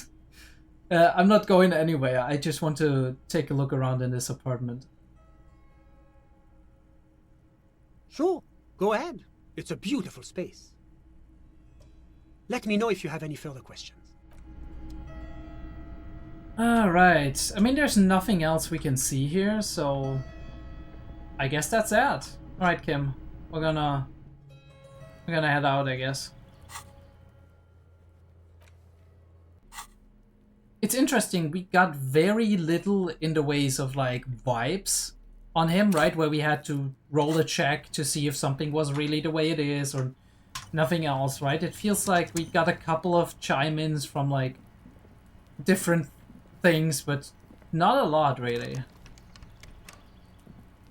Alright. We'll be back. We'll be back at some point in time. What is that? Okay, nice. Money. More money. Always good. Always good. Money good. Capitalism goes butter. Okay.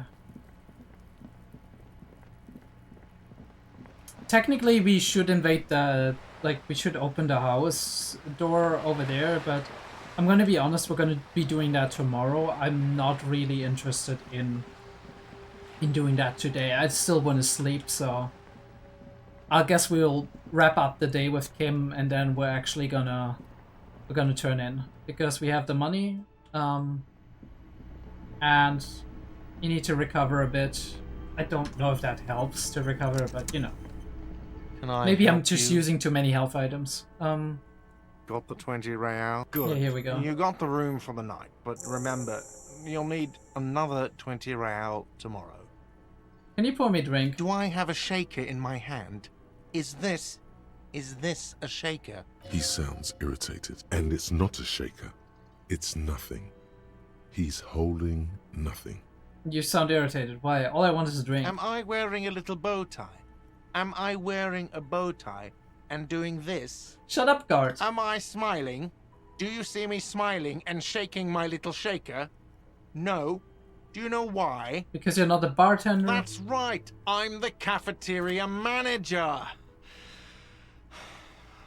I'm glad we cleared that. Was there anything else? Play it calm. This man needs to understand you need a drink to help the community deal with police stuff. I want a fucking drink, asshole! No, you don't understand the seriousness of it. I'm an alcoholic. I need my fix. An alcohol operated that if you want me to clean up the dead body and solve the case, then you need to insert alcohol into my mouth. Oh, well, in that case, let me pour you a nice, big, refreshing marinella. Do you want that out of a glass or a pineapple? You do not want to taunt me, not when comes to marinellas. Don't be an imbecile. I'm not going to serve you a marinella. I have work to do and broken things to fix. If that was all, I'd like to return to it. Holy shit, dude. Alright, nighttime. Alright, Kim, we're gonna pack it in. You want to talk about it, or... See you in the morning. Alright, I guess. You wanna... Yes? No, it's fine, Kim. It's fine. Kim just went. I thought we were partying tonight, Kim.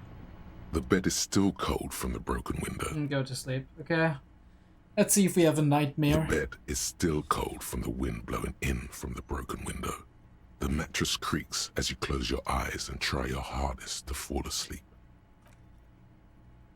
Let me see. Let me see. Here we are again, my broken bud. The waves are coming, carrying you away. But you can't go. No, you have to stay. Always half aware of yourself. Alright, Limbic System. Almost sounded like a song coming in. You're not cooperating, brother man. Why? It's your disgusting body. Even through your sleep you feel a vague discomfort suffusing it. Your belly and your sides are unpleasantly tender. You wish you could curl up into a fetal ball of safety. But you cannot, because of the pain. Sounds like a beautiful piece of sleep. That pain in your right side is your enlarged liver, by the way.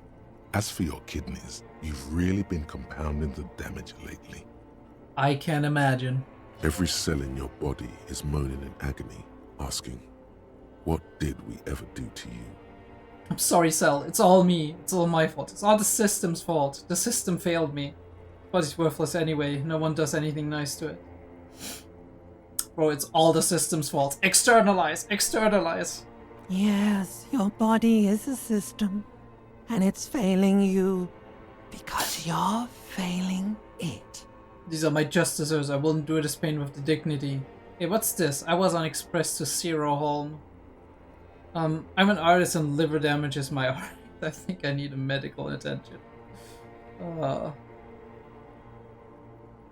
I'm on... what was it? I was on Express to Zero Holm. Now you've gone off the rails, baby. Now you're stuck sitting here by the tracks, admiring the wreck around you. You just can't help it, looking at yourself. The sum total of your accomplishments. You're just stuck here, in the half-world. Could try looking at other people, really looking. But why would you want to start doing that? Just get me out of here then, back to the other place. I'm looking at people all the time. I like them. Human beings will always betray you. Holy shit, this is... We are literally such a doomer. Holy shit. Just get me out of here then, back to the other place. Oh, baby boy. You're already in the other place. There's no nourishment for you tonight. Maybe tomorrow. Maybe if you know, like, took a lot of drugs before you go to sleep, that'd do the trick. Maybe if you cracked the damn thing, then you'd feel satisfied and tired, holding the picture puzzle in your hands, complete. Thank you, Logic, dragging me out of there, right? Like half dead, I'm already lying on the ground, sobbing, drooling for drugs, and then Logic's like, come out of here, dude. Fix the fucking thing. Solve the case. Do it. Maybe if you weren't so hard on yourself. Yeah, I mean, I guess sometimes that is really the problem, right? Being so hard on yourself. Everybody's already hard on you. Why do you need to be hard on yourself, right? Sometimes, yeah, if you're ambitious, see things as a challenge, that's important, right? Try to set yourself standards, be like, I want to be there, right? But do it in a positive manner, don't do it in a negative manner. Don't go up and you're like, alright, I can't do this, and I can't do that, and I can't do that, I'm so useless, I'm worthless, whatever, right? It's just gonna drag you down, it's a spiral. Don't be so hard on yourself. Not always, okay? Just relax. Be like, okay, understand why, right? Try to understand and then be like that. I mean, like, I know why I got here, right? I understand it. And it's like, I'm not blaming myself, right? But here's how I need to get out of this. And every little step helps. And if you fall back, it's like, okay, it's happened. It's not good, but that doesn't mean I'm terrible. Let's just try it again. What do you think you're doing right now? Coming to some greater awareness? Look at all these lights, blinking in and out of existence. Thoughts! You're just pretending that you're asleep, even to yourself, while the world goes on without you. Let it. Let it. But it never seems to let you go, does it? Time to rise and wipe that shining sweat off as best you can.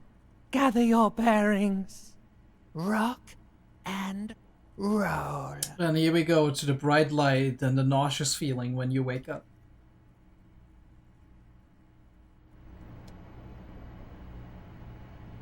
Holy shit. Looks like another rough night.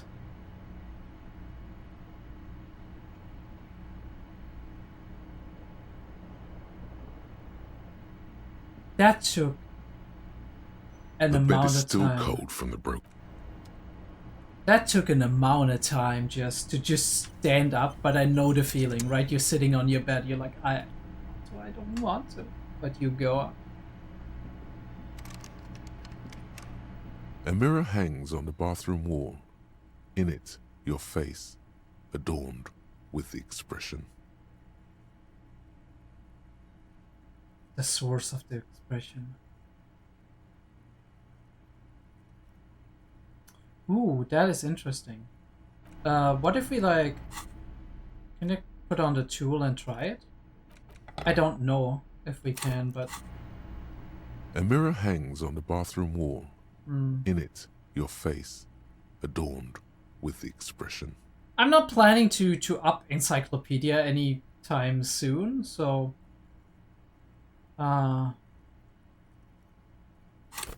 Although, like, I have 4 skill points. I could, like, put something into it. Let me think. What do we need to do today?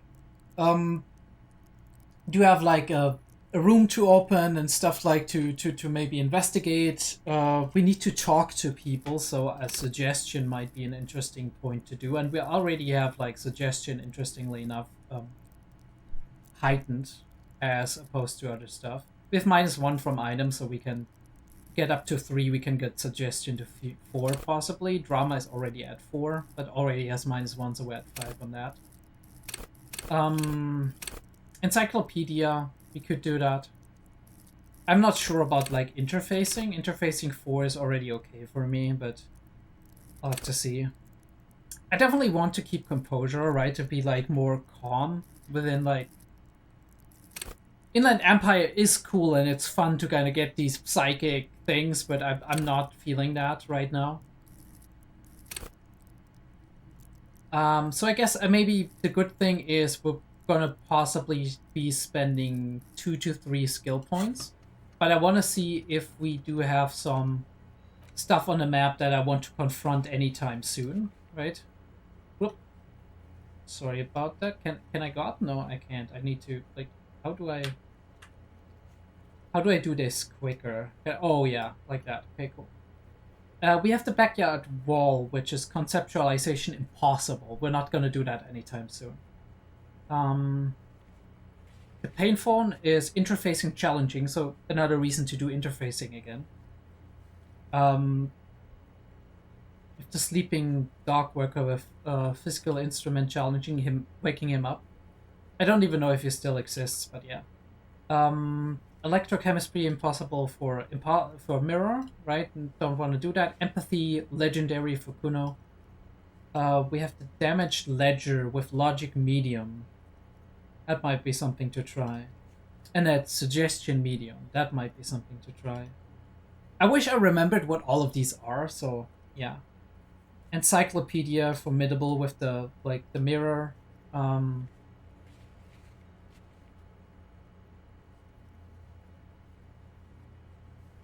So that's the only encyclopedia thing, but our encyclopedia is already really good and I want to know more about the world, so we got the savoir-faire stuff with challenging, with like artist, yeah, and suggestion medium.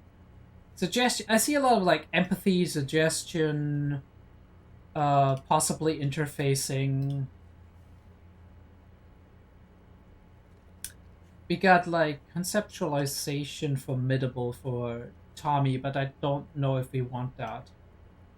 Half-Light, not feeling that right now. This is like formidable, impossible, legendary, challenging. Pain, physical instrument, right? Like legendary and heroic, we can't. Interfacing, right? With the cockadoo stuff. Esprit de Corps legendary, not anytime soon. And the ice pursuit. Okay, you know what? In the interest of like this, we're gonna put 1 point into suggestion, I think. I also, like I said, I want to do up my suggestion. Perception and suggestion are good. Interfacing could be very important. So we put 1 into interfacing. I mean, I think we're gonna have a skill point soon, so that's a cool thing. We don't need Half-Light. At least not now. Let the body control threaten people. I'm not somebody who threatens people, that's the thing. And it's only on 1. If anything, we'd probably be upping electrochemistry, but I'm not sure. I'd rather do endurance. To get maybe a little bit more base health and whatnot, but we'll do that a little bit later. We could be doing empathy long term, esprit de corps to get a little bit like along better with our colleagues and all of that. Logic is important, obviously. I really love visual calculus to kind of just get ahead of stuff, but you know. Rhetoric is good as well. It's like persuasion and intellectual discourse, and this is like charming. So in a way, rhetoric and suggestion are both the same or like similar to one another.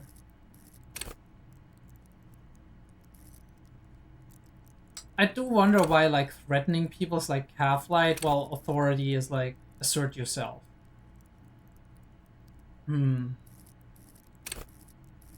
I think we could be upping some stuff. Physical instrument, flex powerful, enjoy health or healthy organs. Like physical instrument will never be really great. Hand-eye coordination, perception, reaction speeds of warfare, sneak under noses, stun with immense panache.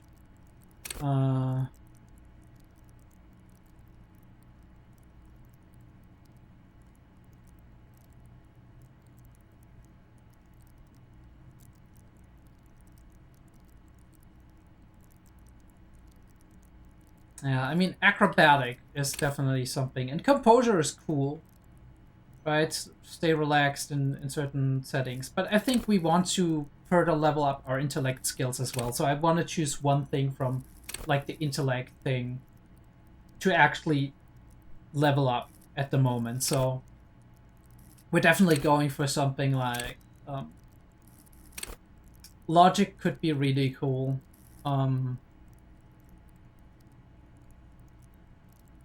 Yeah, piecing evidence together and all of that stuff is very important. So we might like just wait for the face stuff with other things. Visual calculus and conceptualization is already higher for us over here. I don't feel drama and rhetoric like that, so we're gonna up the logic for now. I think that is actually a good idea. And what we can be doing is like, can we do some stuff that is gonna up our interfacing? Speed, composures, yeah, suggestion, half-light, civilization, electrochemistry, Inland Empire, logic, esprit de corps. Like, we can up the logic here instead of like visual calculus. You already have enough visual calculus as is, right? Esprit de corps, shiver, we got interfacing here, Inland Empire, conceptualization and suggestion. But this one, do we have something else on the shirt? Not all that much. Electrochemistry, -1 on reaction speed. I would rather lose the savoir-faire for now. Composure plus on the shoes, which is fine. Less savoir-faire. I'll take it. We got those gloves, but they're half-light and not interfacing, so there's that. Yeah, I think this is like the best we can do for now. Yeah. Logic, -1 suggestion. I guess we can up the logic on this one as well, so we have like a really good logic. Instead of like encyclopedia, which puts our logic at 7. Encyclopedia is still at 5. Now, I think I need to be a little bit more balanced here. I want to like keep the encyclopedia on, so we're at 6 encyclopedia and 6 logic at this point. But I think this is the best way to dress up at the moment. Retry a couple of checks as well. A mirror hangs on the bathroom wall. In it, your face, adorned with the expression. Let's just try it. Use chain cutters to fix the faucet. The faucet is quite terribly mangled, but you just might be able to twist its parts into place. You handle the chain cutters deftly, applying just enough pressure. The faucet regains a recognizable shape. The steam stops. Told you that you needed those chain cutters. Everything is connected. Everything has a purpose. I'm proud of us. The mirror begins to clear slowly without you having to wipe it. We're not trying... I mean, it's electrochemistry. It's not like... time to stop the expression from happening. Not right now. We'll stop it at some point, but not right now. I don't feel confident enough at this point in time. And it doesn't have to happen, right? Welcome back to the world, my friends. Let me just go out here and see if there's something interesting. Not really. Gust of wind. Beautiful morning. Wish we could have a cup of coffee on the balcony or something. Can we talk to her? The door is closed. I mean...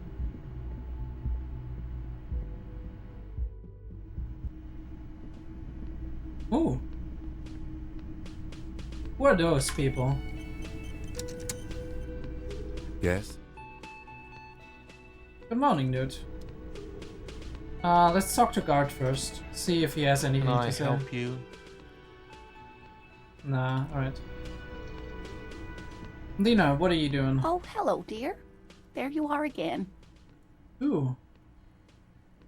Oh yeah, we had that. Okay. I mean, let's try it, right? There's really no point Yes! in manipulating anyone. She'd be only too pleased to tell you about her work. Go on and ask. Hey Lena, I'd like to hear about some of the cryptids you've studied. Could you just tell me about a couple? Oh, I'd be delighted. Truth be told, I could really use the company too. One cryptid, not a couple. One. This won't turn into some kind of cryptid extravaganza. Kim putting a stopgap on us right away. Okay, Kim, just one little cryptid, promise. He nods and assumes a waiting posture. Ooh, tough choice there. What's the biggest, the tiniest, the most dangerous? Invisible? The most dangerous. The gnome of Jeroma. That doesn't sound too bad. Oh, it is. None of his victims survived.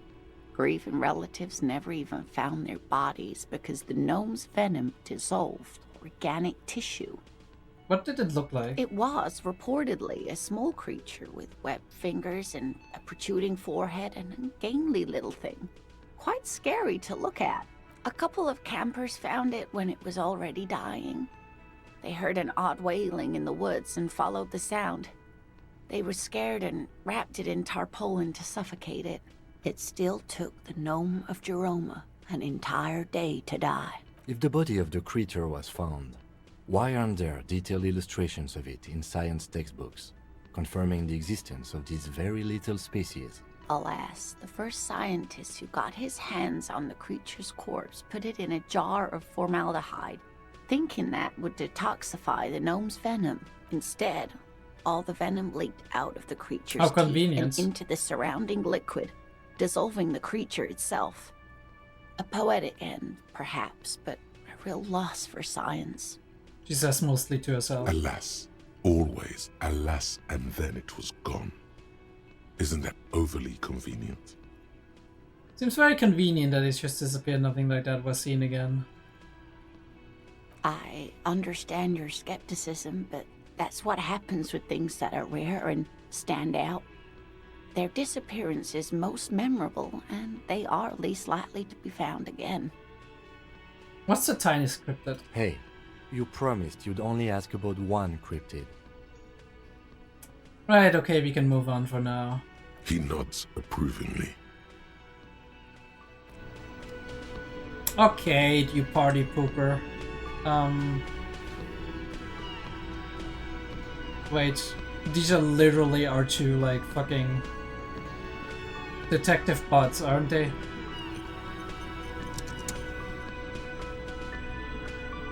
The woman in an RCM yes, patrol it officer's is. uniform winces as she notices you.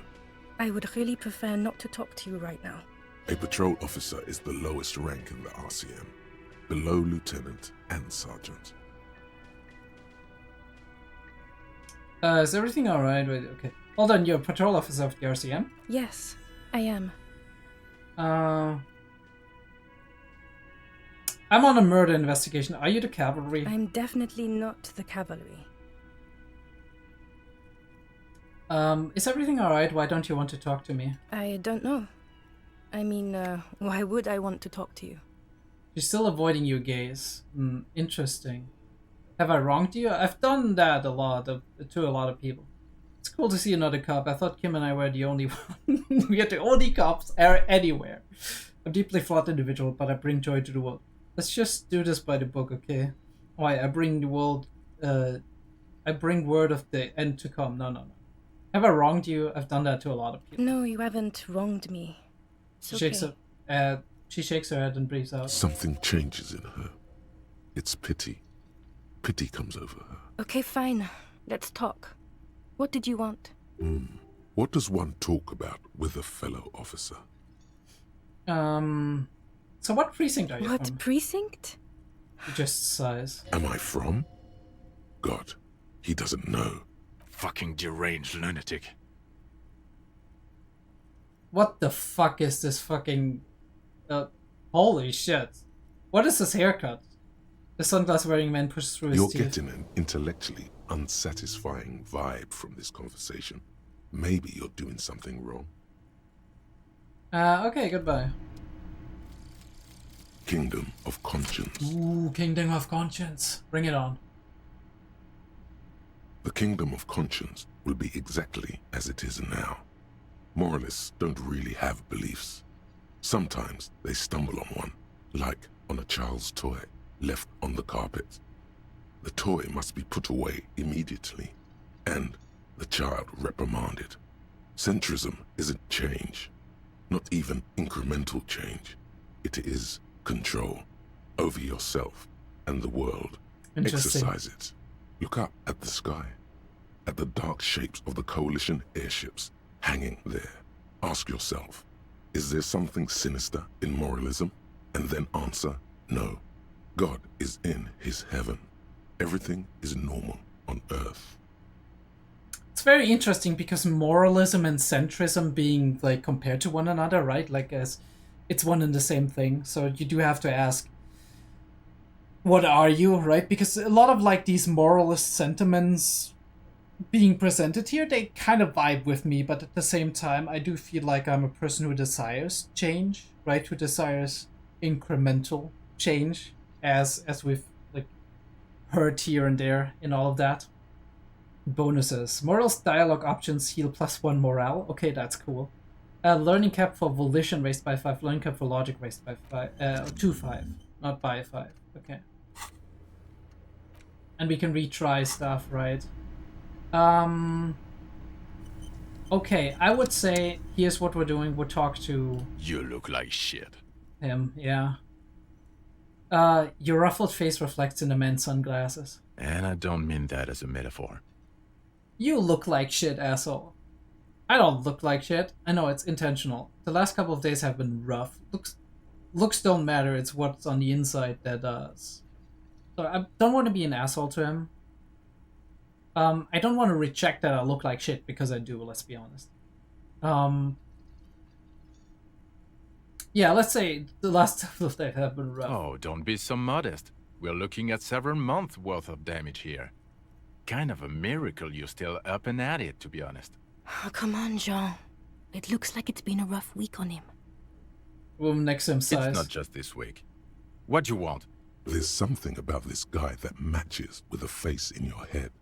A similar but different face. He might be wearing a disguise. Oh, you don't say. There's something strange about this guy. Figure it out.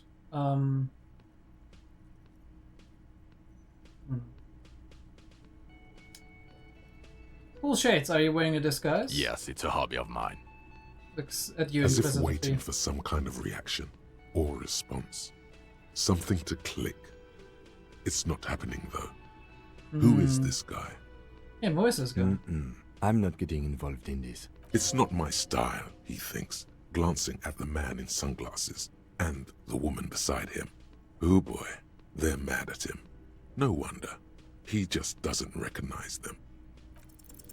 You know what it is. Yes! It's like the two of you know each other. Just ask him. But we still don't know. Tell me the truth, do you know me from somewhere? Oh, I definitely know you from somewhere. Another life. From where? From another life? Yes, from another life. A different life.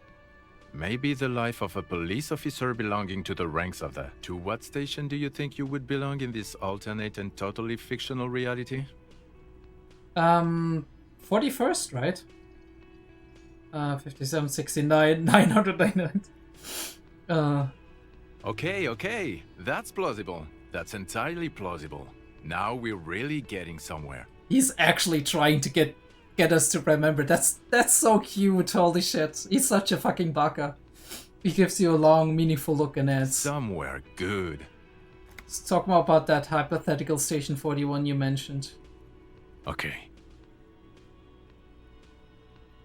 Oh, okay, I need to... Oh, the hypothetical 41. Yeah, let's fantasize about it. He blinks like, I'm not busy, you're not busy, let's just play around. So what would a relationship be in this alternate universe? Do you have a crime to solve? Or do you have a... Where else is this imaginary police station? You're not going to believe this, but police officers, yes sir, solving crimes, locking up bad guys, and get this, and not getting that drink on at 2 o'clock. Just some regular boring motherfuckers in suits and uniforms. Nothing spectacularly extravagant like you, the far-out son of Lung. Who's the far son of Lung? Oh, it's you, you eccentric genius. I mean, with your unorthodox approach to police work, it has to be you. Want to tell me more about him or her? Not even a little bit. It's an urban myth about an officer who is so far undercover he can't remember who he is. As I say, just an urban myth. You're not the son of Lang. He's trying to protect you from further rough handling, dished out by this sunglassed man. I don't experience a rough handling, to be honest. Yes, you get the joke. Leave it at that. Alright, do you have a crime? So what are do you have a crime to solve? Oh no. You see, I enjoy watching other better cops solve crimes. And let me tell you, it's been quite a privilege seeing you work. This isn't helping. She says, shaking her head, looking at the man with sunglasses disapprovingly. So what would a relationship be in this universe? Let's be crazy. Let's say you and I are partners. How's that for a thought experiment? Like partners in crime? Or you seem like a cool guy. I'd love to have you as my partner. You seem like a bit of a drag, no offense, but I could do better. Kim's cool. Holy shit. I could be saying that, holy fuck.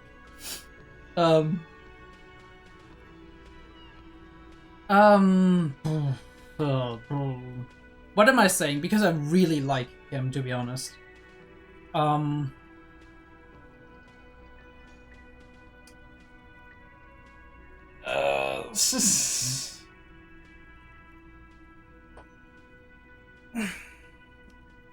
No, we're gonna be like, because I think it's adorable how he's like so all like non-caring, but he showed up here and he's in a disguise. He's trying to. I think at least doesn't need to be undercover. Nobody knows him here, right? Like, and he has the RCM jackets on, so like everybody knows he's from the fucking RCM. So, Would you now, or would I be cramping your style? Never mind, partner. No, you wouldn't cramp my style. Actually, I shouldn't have called you my partner. Kim's my partner. He's going to know.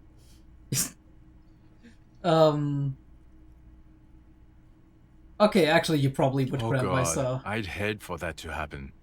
You know what might help prevent that, though? Me doing my fucking job and not pestering you anymore. You doing your fucking job. I can't imagine it anymore. Neither can I, partner. Neither can I.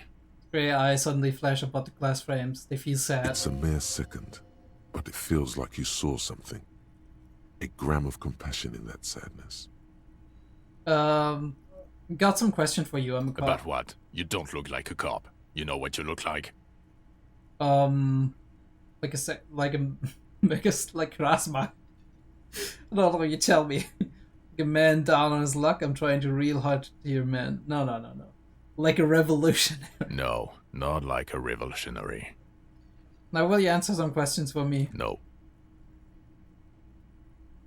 Don't you have to? No, he doesn't. If I wasn't clinically depressed, I'd burst out laughing. But I'm gonna go with no right now. If you don't want to answer questions, maybe you want to hear me say things. Actually, I don't want to hear you say things. Come on, Jean. Okay, say things. I want to hear you say things. Hear that? He wants you to say things. Say one. Suddenly, out of nowhere, case-related things start popping up in your head. Okay, I'm doing this investigation, menacing. So, do you know who hanged him? Not yet. Yeah, I can see that. Why am I even telling you this? I don't know. Why are you? Gives you an odd look. It's like you felt it would be intellectually stimulating and would lead somewhere. A custom even? Strange. Strange indeed. Oh my god, there's more. You want something more? What is it? Let's talk about the hanged man again. Okay, why not? So, I don't know. Oh my god, there's more. Okay, Watch out for yourself, loser. That voice, so very familiar. Did you hear it when calling to your station and reporting your badge missing? Wait, your voice, I recognize Oh, it. really? I wonder where. That's my battery's name. When I called you to report missing, you were there. That's the where you remember me from? Yes, I haven't seen you before. Maybe. I have a bit of memory trouble. You don't say. Goodbye then. The voice thing was a coincidence. Run along, asshole. Alright. Okay, dude. the man with the sunglasses and his hypothetical Station 41. Weird, right? I know, super weird. I guess it was kind of weird, yes. No, this whole interaction was perfectly known. Frank, yeah, I'm way past caring or wondering. I know, super weird. There's something missing here. Something you can't put our finger on. You know what? Just ask him. I know it sounds crazy, and you'll probably get laughed at. But still. Yeah, I was thinking the same thing. I could just asking if we're from the same station. Yes, just cross it off the list. It's probably not true, though. Again? I can't believe this shit. Jake says that looking like he really is having trouble believing this shit. Look, I just have to ask, are we from the same police station? I'm going to say no. Just to see what you'll say to that.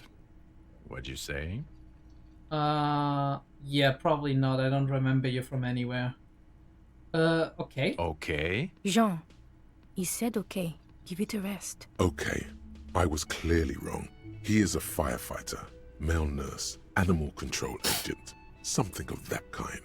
Not a cop. Go on with your cop work. Don't let me stop you again. Alright, I guess this is what it is. We don't have a thought on that, right? Yeah. It is what it is. And we'll keep the skill point for now. See how we go about things on that. We have investigations to do. The tomatoes are thinly sliced, you can see through them. Okay, talk to this dude.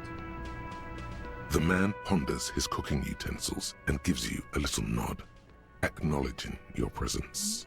What is that borscht you're making? Quite a large borscht. The man says a couple of sentences in that strange language of his, and then seems to wait for you to speak. I'm pretty sure he asked you a question.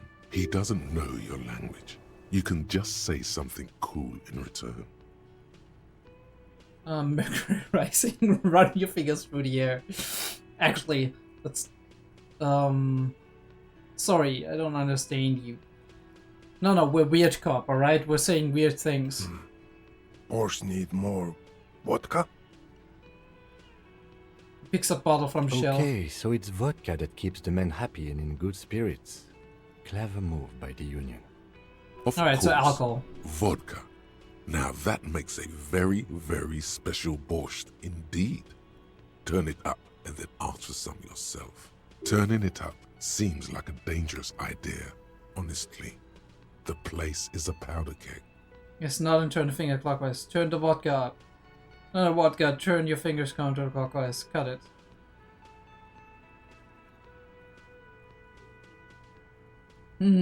I don't know.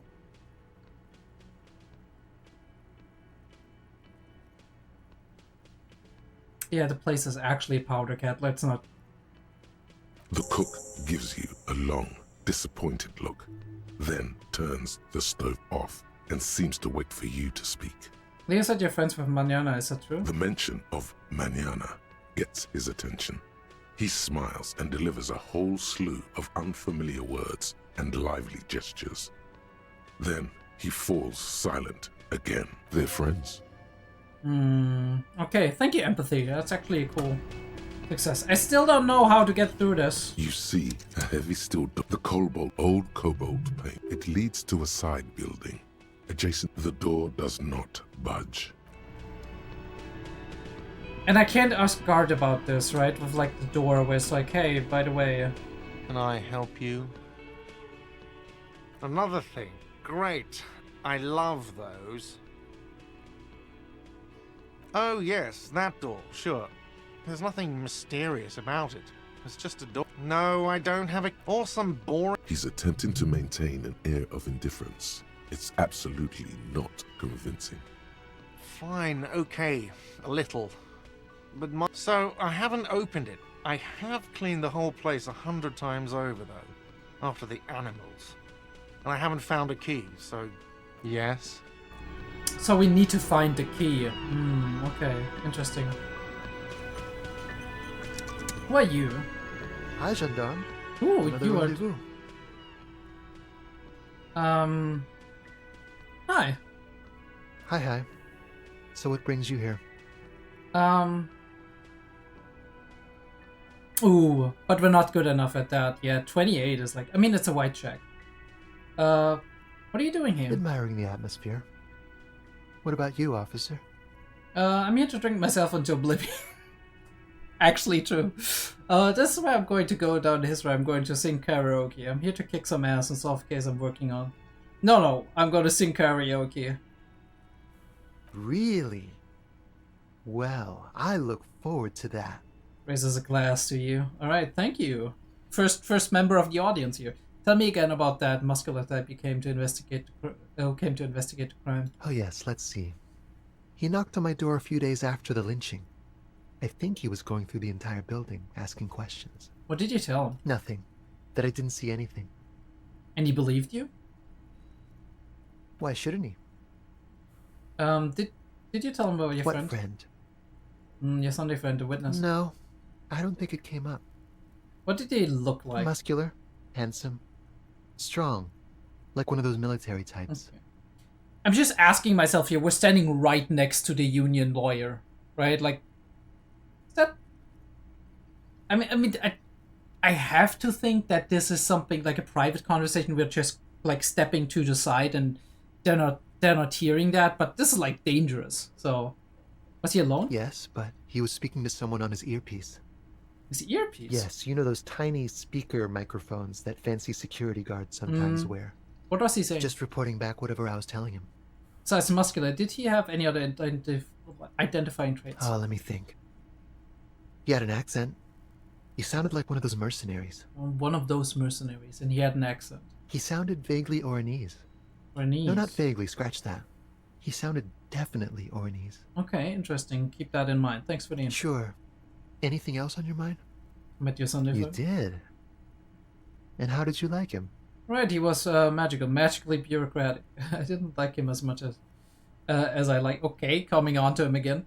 I didn't tease government officially. I don't trust governments. Magically bureaucratic. I told you, he can be very useful. I guess that's the charm of powerful people. We'll see. A visitor from the first world. He's not like you and me, gendarme.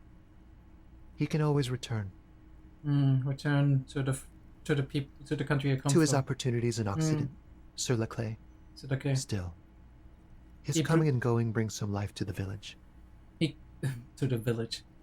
He breathes in and keeps his lungs filled for a moment before letting it out. Or is it just money? I don't know.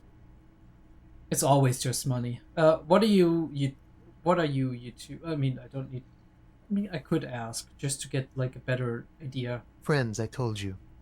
Sunday friends. Friends who like to get together from time to time. What does that mean? That he won't be there when times get tough, I guess. Not even a friend? It is. On Sundays. Like, right, just a friend, not a friend. Why was he staying at your place in the middle of the night? I mean, I can't imagine, but I'm asking anyway. He has keys. And he likes the view. To the sea, I mean. Of course, to the sea. I'm sure he likes the view otherwise as well. I don't want to talk about other people, I want to talk about the view. What about me, gendarme? Let me try that. Probably gonna fail it. It's the sports. He's a sports guy. All about that physical prowess and athletic skill. Nothing else here. Exactly. Bye-bye, gendarme. Yeah, see ya. And another check to add to the map. Let's talk to her for a sec. I've got nothing to say to you. Why are you wasting your time? She crosses her arms. Are you Lizzie Elizabeth Miss Beaufort? I suggest not wasting time on trivial pleasantries and focusing on why you are actually here. Titus Hardy. She points at the tall man by the table. Even though she has excellent control over herself, something moved behind her eyes. In the way she stands. In her face. Easy. Leo told me about you. He likes to talk a lot. Maybe not the party? Not yet. I had another question. No. Talk to Titus. Or should we mention Leo? I Maybe. suggest Even though she has excellent... you are not here to chat up the legal counsel. You are here to question these men. Doesn't get us anything. Damn. I mean, I already questioned these men, so... Looks like the circus left town, but the clowns are still here. He doesn't look particularly happy to see me. The man hanged in the backyard. Did you do it? So, you're not just here to swing your big dick. You're here for the pretty boy. A real looker, that one. Stinks like shit, too. They love him, boss. Spend all day digging around in there. Can't get enough of that pretty boy smell. Funny, but my partner and I have a serious matter to discuss with you. Where's there a container belt around the dead man's neck? Why are your boot prints all over the scene? I have spoken to a dead man in a bizarre called Vision. Best one. Actually... That is fucking bizarre. A magic man. A goddamn magician. The lieutenant waits for your reply, patiently. His foot taps only a little. He said they killed him. These uninitiated do not understand the fineries of runic science. Told me it was you who killed him. Why is that? He said love did him in. Honestly, the cult vision was too confusing for me to understand. No. Well, you're not completely off. We did kill him. We took him out back and hung him by the neck until he was dead. We did this together, all of us, last Sunday night. So maybe that's why he told you what he told you. Wait, that's his game? There's a catch hidden somewhere. He didn't confess so that you could take them all away. It's too simple. Okay. But there's a catch. There is no catch. These 7 honest men have all equally come forth to tell you what happened, so that you don't waste any more of your time. All 7 together. They're diluting responsibility. It's an anti-arrest tactic. Okay, you murdered him just like that, no remorse. How many people have you sent to the Shays? Ever felt remorse for them? 3 people, my dude. Chaise électrique is the method Oh, of capital punishment in Revachol under the Coalition. During the suzerain's reign, it used to be the firing squad. Or send them to Reunion to rot. For 20 years. For life. He says it as if it were worse than dying. I mean, it is, in a way, right? For some people. And Reunion, what's the that? River Esperance Correctional Facility, a military prison run by the Coalition, dubbed Reunion by the inmates. The origin of the name is unknown. Probably because it's a reunion of people who knew each other and liked the criminal life or whatnot. Yes, but these were all bad people, criminals, the scum of the earth. Look, I'm doing... what we do is different. We enforce the law, you just kill people like it's nothing. I mean, they could argue they are also enforcing the law, right? Rest assured, lawman. None worse than our guy.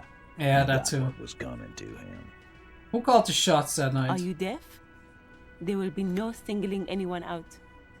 You can't arrest a hardy boy without arresting all hardy boys. We can, if we find evidence. Do you think you could do that? Do you think you could arrest them all? Shadow of a smirk passes her lips as she tilts her A head. trick question. Don't let her lead the conversation. I don't have to if one of them was complicit and more complicit. No, but seriously, who calls the shots around here? Who do you fucking think does? Sounds more amused than angry. Well, he wasn't telling me he calls the shots. He said, who do you think? You do. You give the commands. I thought she did. Mean she leads the convoy. Point at Fat Angus. The biggest animal dominates the herd. Gangs are usually run by the oldest, most venerable member. No point. Yeah, but Everard Clare runs the union. You answer to him, right? It's the 8 the one who's missing the big dick. I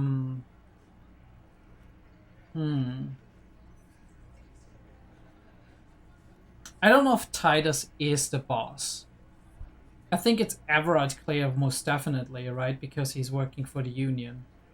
But Everard didn't order the killing. He sent them on leave.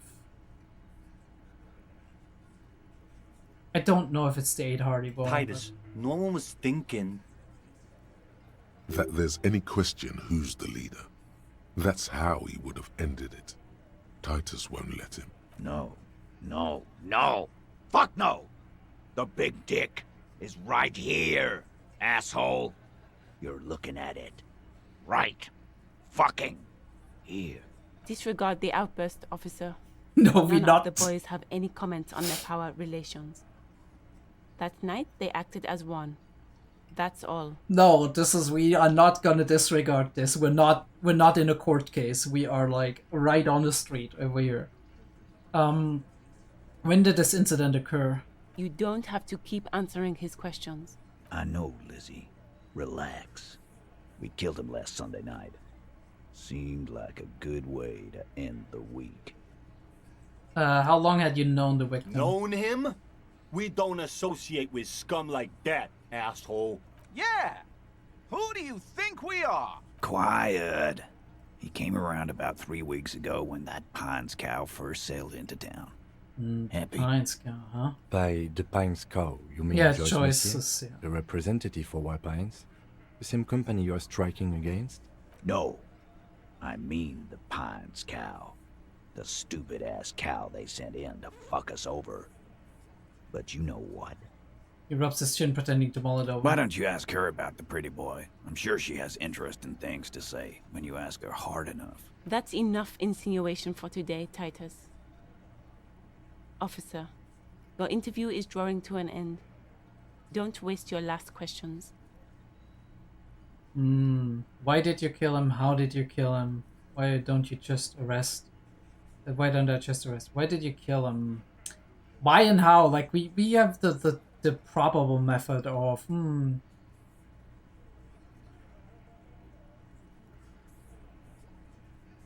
I don't know. She's saying like interviews drawing to a close. What do I want to know more? How or why? I want to establish like the how. We have a probable course, but it might be wrong. You know what? Yeah. We hanged him up by his neck until he got real still. Wasn't that obvious, copper? Didn't they teach you anything at the cop school, idiot? The autopsy showed there were no ligature marks. His hands were not tied. Can you explain that? The lieutenant goes in for the leg sweep. Titus does not see it coming. Holy shit, nice one, Kim. Look, I'm not gonna play 20 questions with you, copper. Ooh. I'll say it again. We killed him. Maybe they didn't.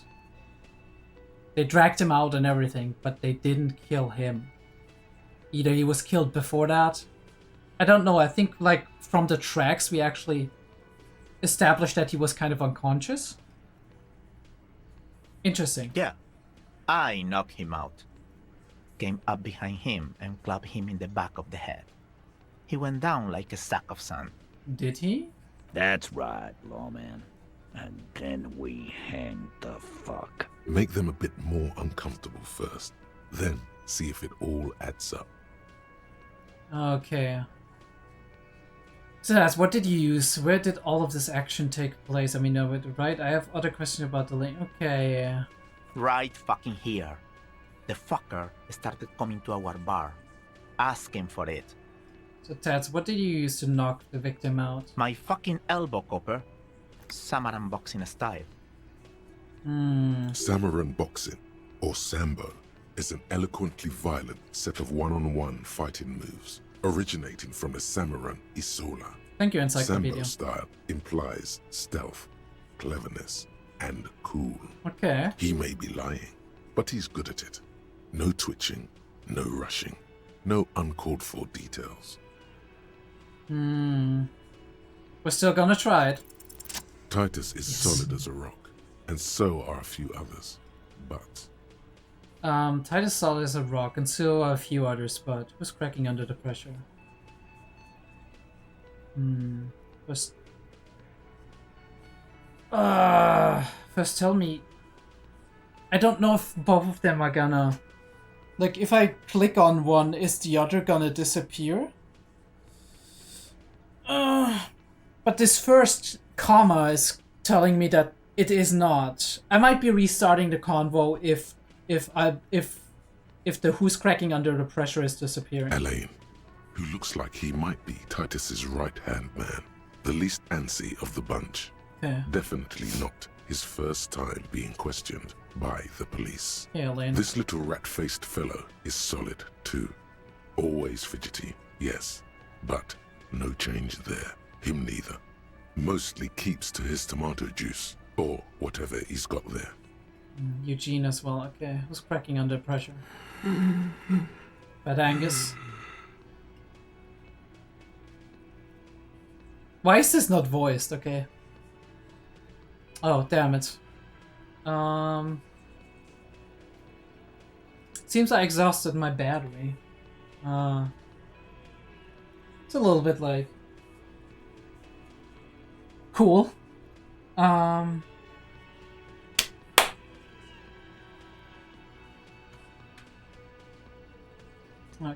Okay.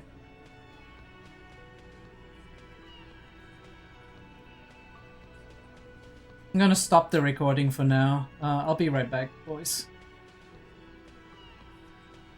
But you know what? You know what? We're gonna do this without Cam. It's alright. You know, like... Okay, this one. He's sweating profusely and has difficulty breathing. They've smartly kept him out of the conversation thus far. Definitely the weak link in this chain.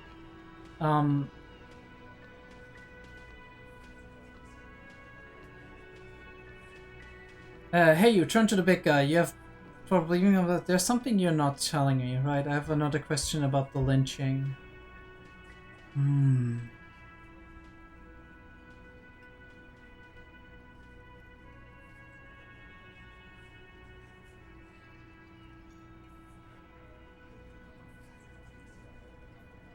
Fuck off, copper.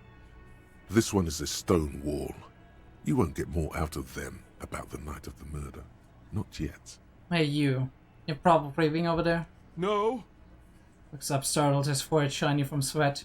Few cold locks are peeking out from under his warm woolen hat. Of course he's having trouble breathing. Just look at how fucking fat he is. The man next to big guy bursts out and laughing. Yeah, he's one of the solid ones. Fuck off, Shanky. Angus is a powerful guy. All muscle. Keep your eye on this powerful guy. Sooner or later, he's going to break like a piece of twig. Alright, I have another question about the lynching. Like what, copper? Why did you kill him? Why? 'Cause he was worthless mercenary scum. And he stepped out alive. In my town. In your town. So he was a mercenary, that's it? And he stepped out of line. He breathes chalk lamp shut like a vice. What kind of mercenary? The kind that shows up when you start a strike. The experienced kind, too. Had Cohoy and Semenine written all over him. Ex-Oranese Special Forces. A strikebreaker? A live grenade! Right here in our bar! This one has a special gripe with him coming here. I can't prove it. But I know he was sent by the Wild Pines.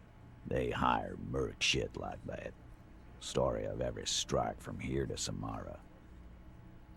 Yeah, hold on. How do you even know he wasn't special for... Right, but what did he actually do wrong? Wrong? He harassed women. Raped one. Really? Harassed workers. Threatened to kill some as a warning. He wipes spittle from his mouth. From rape to harassment to threats of violence. Why the strange de-escalation? Yeah, rape, harassment, threats of violence. Like that's going backwards. He regrets mentioning it. Hopes you didn't notice.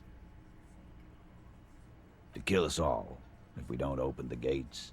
if we don't let the scabs in, if we don't bend over. And that was before he started coming here. Cracks his knuckles at that. Yeah, he said it was his favorite joint now. Started to come in here every night. Drinking, grabbing girls. Grab one of ours mid-karaoke, right there on the stage. One of ours. Girls. He grabbed someone? But then just trying to make sense of this flood of information. Yeah. This girl's on the mic. A beautiful girl. Young. Gets Silly. into the second verse of Lover Lake.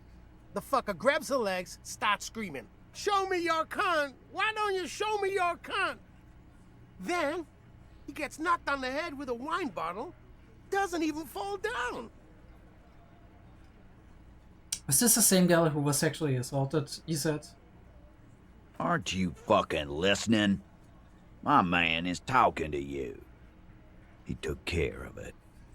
They got the girl out before anything else could happen. Yeah, me and Eugene got her out. Aren't you fucking listening? Repeats like a parrot. There's something odd here. Yeah, there is. Seems like they don't want to talk about that rape Titus mentioned. Why not? This is a serious allegation. Make them talk about it. Right, but who did the rape then? This is a very serious allegation. No. You're not getting the name. That's a Martinez matter. And I'm not discussing it with you clowns. If he's dead, they would be like, yeah, he did it. There's nothing you can do for now. He's stonewalling you. I don't actually just arrest you steps closer to Titus. I don't think that's gonna do anything. I might be wrong there, but like, let's just conclude the questioning for now. Nothing. Your investigation here is done. Leave Martinez, go back to your stations where you belong. We won't, thank you very much. I think we're going to stick around, thanks. Some things don't add up here. Right on, Kim. I've done this job for long enough to know that people don't just confess to first-degree murder. Even if it is a group responsibility. We're going to look into this. Good luck with that. You've heard everything a rent-a-cop is gonna hear from us. Real law officials. You're lucky you didn't get a beating. Holy shit. Discuss Ada the week when you first met. Alright. Authority. We need authority godly. Holy shit, how are we gonna do that? Ooh. I could be talking about that. I found someone who's out hanging, a witness. A witness? You ain't got shit. The locals would never come to you with this. That's just cop tactics, Titus. Next, he's gonna tell you one of us already rolled on the others, and is in witness protection. My witness isn't local. Well, let's hear it then. Who is your mystery fella? He's not alarmed by the sudden appearance of a witness, but he is surprised. This goes without saying, but nonetheless, don't give out his name. Let's just say he's a high-ranking government official and leave it at that. No, who he is irrelevant. I don't want to drop the government official, they could identify him.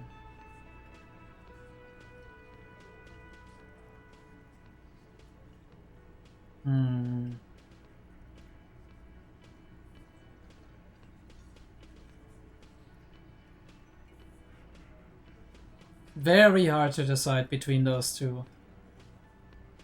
No, I don't give out any details about witnesses. It's like you said, Al. Copper's coming up with this on the spot. I've seen this shit a million times, Titus. Fly fishing. They are desperate. Tell us, Copper, what wacky claims did he make?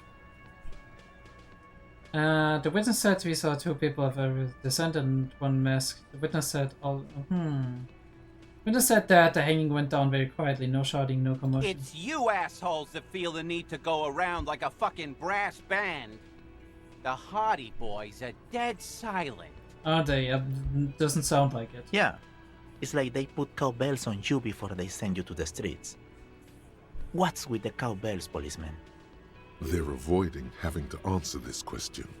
Imagine you guys drinking and singing lynching songs. What's with the funeral silence? We were drinking. weren't we, guys?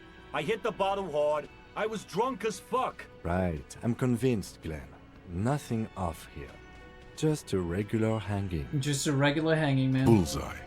Glenn looks around uncomfortably. The lieutenant hit a nerve. That he said, saw two people of Eric Parker descent and one mask. Arabagite? Boss, I think he's trying to say me and Theo. Well, yeah. What is confusing you? Eugene, Theo, and Elaine were there too. I already told you. We were all there. We said it all looked like a surreal play. That means absolutely nothing to me. Sounds like some made-up horse shit. Definitely. It means the whole scene was long and drawn out, like it was from a film. What is this fella's problem? Sorry we didn't make it more action-packed. It wasn't the first thing on our minds, you see? Shanky. It's Shanky, right? I thought there's something wrong about the lynching story. Now I know there was. He doesn't wait to announce. You don't know shit. I know you are lying, Shanky. He writes in his notebook. Alright. Great witness. He must be really posh because he takes a giant gulp of beer, right? He so much drinks a bluster lot. to hide the fact that they're uncomfortable with you having this info. Alright. I'll just take off for now, right? I mean, we could try. I think that's a white check, right? Let me see if it's a white check or a rec check, actually. Looks like the circus left town, but the clowns are still here. Let me see. This is a white check. You might retry it. Establish authority. I mean, it's only establish authority, right? I mean, it's 3%. I don't know we're gonna make it. The problem is if we already try to establish authority and we fail it, we might get a -1 from that. Fuck it, I'm gonna try that again. Anyway. Establish authority. Yes. Authority. Feverish thoughts race through your mind.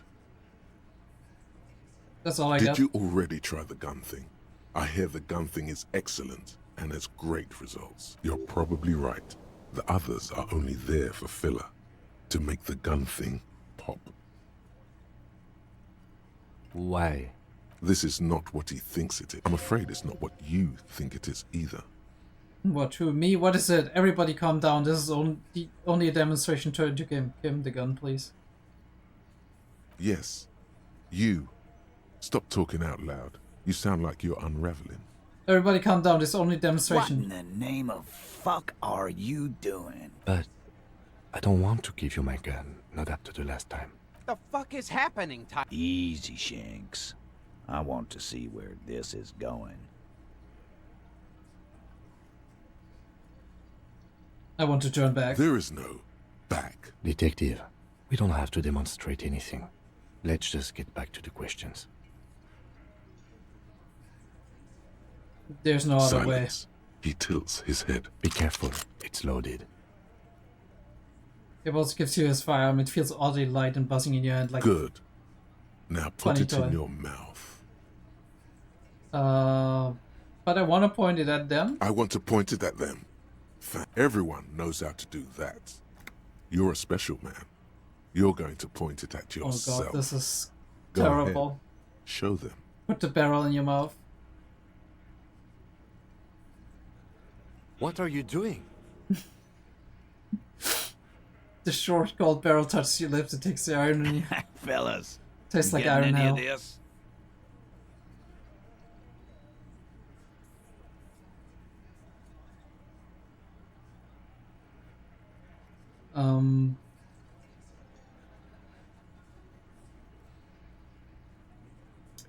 I'm sorry. Can I actually do that? Give the gun back to the lieutenant. Don't fucking. I mean, we went all the way, but it's like. These are my thoughts. This is my head. What in the name of... Acidic taste on your lips. Corrosive. Once as a child you put your tongue against the rail. It was winter. That was a long time ago. Like your perception. The fuck is he saying? Some insane shit. Nothing. Give me the gun. Give the gun back to the lieutenant. Thank you. Nothing to worry about here, people. My partner likes to play these jokes. He's what you call dark. He is infinitely grateful to have that gun back on his belt right now. Dark? What the fuck was that, you carnies? We haven't seen RCM in 4 years, and this shows up? I knew he wasn't gonna do it, though. I knew he'd pussy out. No. I still have my money on him. Sooner or later, he has that look. Yes, let's go back to normal. Let's pretend this in the fucking core left me, I know it. Okay. Do not think your failed suicide attempt will win you any pity from these men. Again, it was a dark joke. Maybe we should go for a little walk, Joker, before we continue. Jogging around seems to have a positive effect on you. I'm going to take off now. I'm mentally unstable, my boys. Okay, so now I know what happens if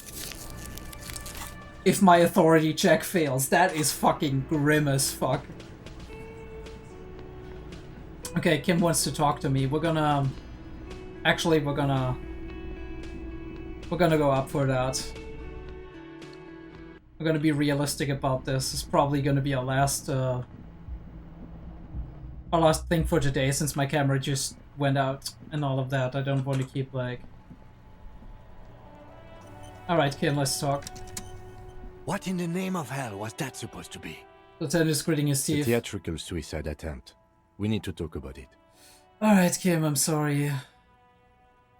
Yes, I want to talk about it as well. Yes, well, I was able to recontextualize it as a dark joke. I will not be able to recontextualize it the next time. I understand you sometimes employ extreme interrogation tactics, but I want you to understand that was too extreme. Alright, Kim. We can't have RCM officers going around putting guns in their mouths. We can't afford to have that image. Few institutions can. I went with my gut feeling. This time it was wrong. I'm sorry to put you into... But I wish to embrace the gloaming... the undoing of the atoms called to me. It's going to happen again. I'm going to do it again. I'm going to try it again soon. But why did you leave me there? Fucking hell.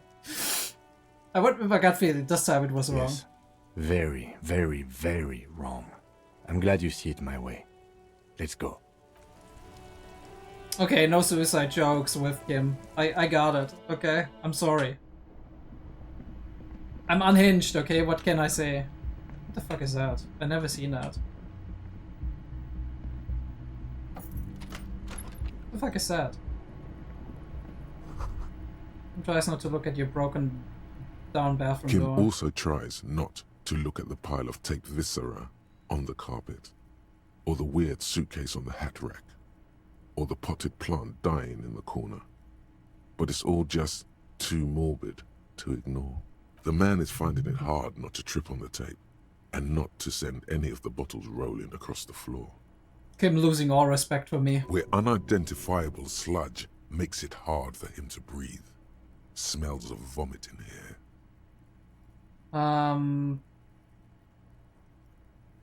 You're looking at the destruction. He nods. I'm sorry for this. No problem, officer.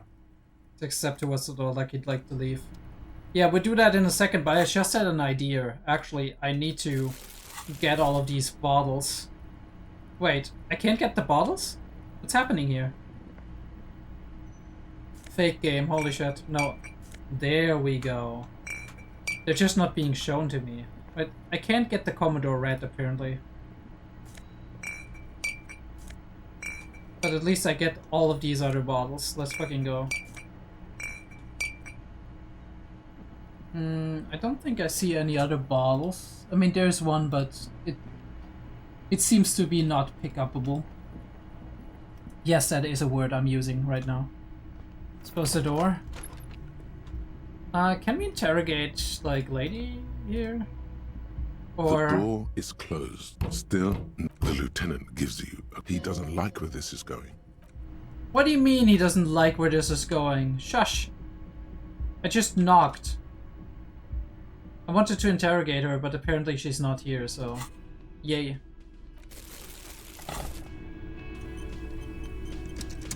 Okay, this is where we're gonna end it for today. Ladies and gentlemen, thank you very much for watching these probably like 3 and 1 hour or 2 and 2 hours of... maybe almost 3 hours of one of them.